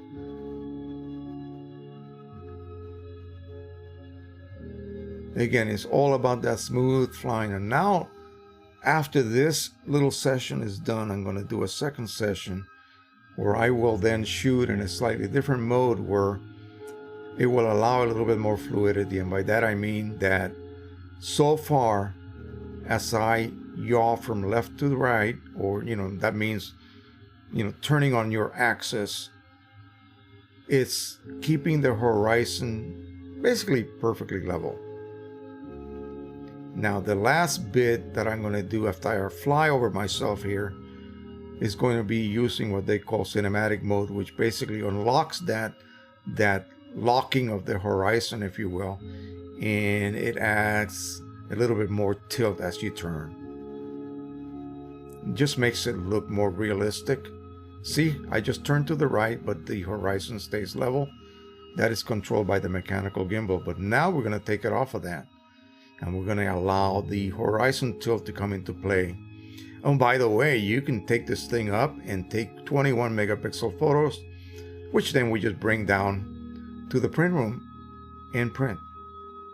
Just imagine, I'm going to be shooting some panorama shots where I will be using my P800 to maybe do a 17 by 60 something inches long photo. We'll do a panorama of this bit of land here, the surrounding area.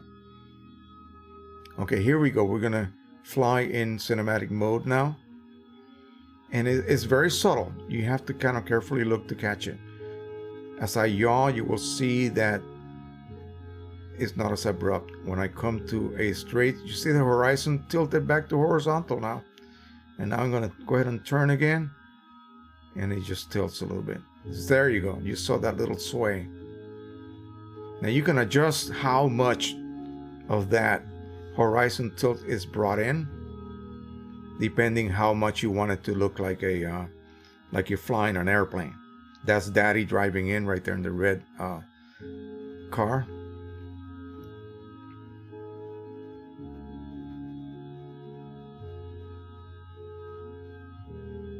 One of the best exercises to do with a drone is to just fly continuously and make it look smooth so that you don't ever have to cut something out of the video. So you can go maybe 5 minutes, 6 minutes of flying. There you go, I'm bringing the gimbal down.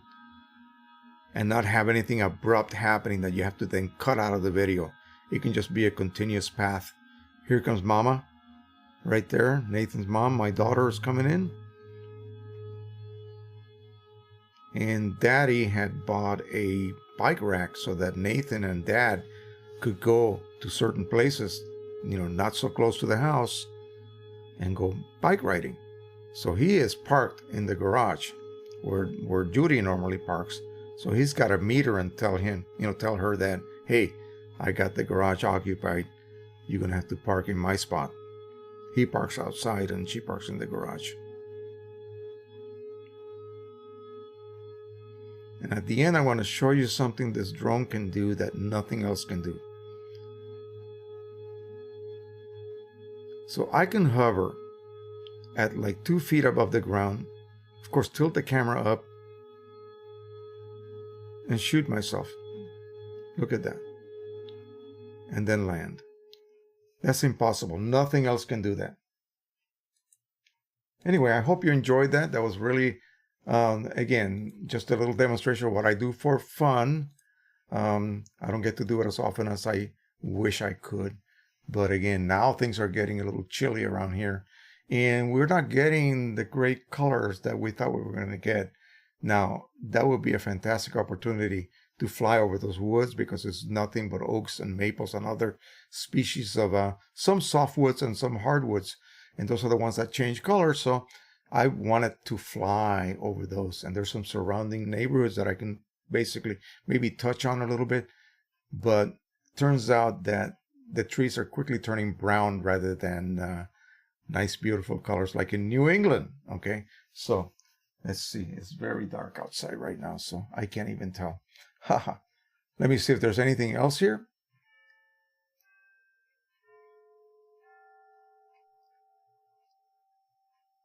All right, Deborah says, thanks for sharing your fun. Well, I appreciate that. I'm glad you guys, at least 20 of you, are still here. And if that is all the questions that we have, let me go ahead and say thank you for coming on tonight, hanging with me. And let me load up some music here so that we can say goodbye. Again, if you guys have any questions, refer back to my email. You can email directly myself, and that way I can go ahead and help you out in a more personal matter. If you need like a whole hour one-on-one, I need to say help you with a very difficult problem, I run a service where I actually do one-on-one consultations. On the phone, I usually stay about an hour and a half with you anyway, because we do a lot of preliminary setup and such. And $45, that's all it will cost you. And so far, 150% satisfaction for most of my customers. Again, I also run a profiling service. If you have any papers that you want to use from a specific printer with specific ink set, then you need a custom profile, my friends. Nothing else is going to help you. And as you saw when I did that so-called soft proofing demonstration on just my image, I actually think that profile helped the image. Okay, instead of, usually what happens is a profile will show you a result that looks a little bit duller, less saturated, has to be enhanced a little bit in order to make it print as you wish it would. I think that wasn't the case, and I didn't notice that until today. I actually did this in private, and I thought, wait a minute, this is not right. My profile is actually improving the image rather than detracting away from the so-called unprofiled look on the monitor, which is usually the brighter, more pop, more contrast, more everything. So that's good to see. I'm glad that that was the case. All right. Let me see what we can play. How about this one? Yeah, there you go. All right, folks. Thank you so much. We'll catch you next week. And I got to come up with some more content for this coming week as well. Anyone interested in drone flying, drone related content, I will try to do a live stream sometime this week. Again, if you want to come on board with me, we'll be using the other streaming software, StreamYard, and you will be able to then use a link that I would then make available to you to just simply jump in and join us. As long as you have a camera and mic, you will be able to then talk with whoever else wants to join. And so it should be a lot of fun. We're going to talk about many different subjects having to do with photography, aerial videography, that sort of thing. Everything is related in this world. Okay, so thank you so much. Again, happy printing, everybody.